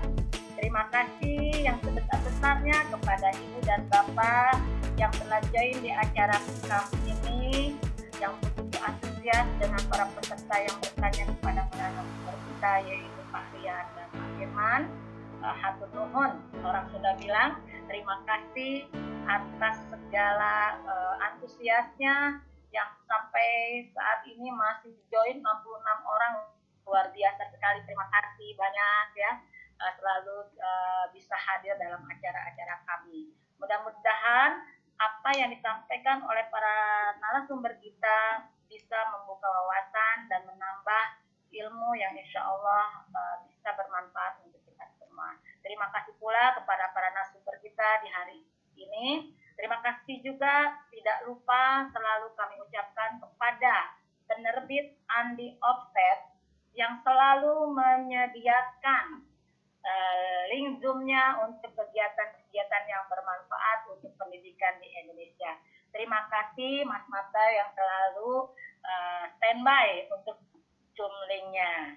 Baik, saya Wiwin selaku moderator di acara ini. Mohon maaf jika ada penyampaian atau hal-hal yang kurang berkenan. Jadi tadi ada dua suara teteh ya, karena menyalakan dua perangkat sehingga jadi berdengung. Mohon maaf atas kekurangan yang telah dilakukan, karena kesalahan itu datangnya memang dari diri saya sendiri dan kesempurnaan hanya milik Allah Subhanahu wa Ta'ala. Sebelumnya nanti akan ditutup dengan doa oleh Kang Firman. Mudah-mudahan ilmu yang kita peroleh di hari ini bisa menjadi berkah untuk kita semua. Silakan Kang Firman, doa penutupnya. Terima kasih Kang Firman. Iya. Untuk ya mengakhiri doa untuk acara ini. Mari Bapak Ibu kita berdoa, mudah-mudahan apa yang kita laksanakan pada kegiatan sore hari ini bermanfaat bagi kita semua. Amin ya Allah ya Rabbal alamin. Allahumma shalli ala sayyidina syafiina wa karimina darina maulana Muhammad sallim radhiyallahu tabaraka an kulli ashabi rasulillahi ajmain alhamdulillahi rabbil alamin. Rabbana atina fid dunya hasanah wa fil akhirati hasanah wa qina adzabannar. Wa sallallahu ala sayyidina Muhammad wa ala alihi wasallam. Subhana rabbika rabbil izzati amma yasifun wa salamun alal mursalin walhamdulillahi rabbil alamin. Amin. Terima kasih. Baik, terima kasih Kang Firman atas doa akhir dari acara ini. Jangan lupa Kang Firman mungkin materinya di-share untuk teman-teman yang lain yang tadi sudah meminta. Sudah di-share belum Kang Firman? Oh, belum. Materi Cari-cari belum dulu. ya? Bisakah sambil menunggu dan Ibu Bapak yang belum mengisi daftar hadir silakan diisi kembali kalau memang belum, sebelum saya tutup. Kemudian untuk pengisian daftar hadir, ada di bagian teratas itu adalah tentang buku informatika. Nah, itu silakan saja diisi dalam konteks ingin kami mengetahui apakah berminat atau sudah punya. Sampai tadi ada yang menyampaikan sudah membuat sendiri. Wah, luar biasa ya. Minimal kami bisa mengetahui sejauh mana kebutuhan ibu dan bapak di mata pelajaran informatika. Mohon doanya mata pelajaran informatika tetap bisa eksis di kurikulum kita. Bentar ya, sambil lihat dulu.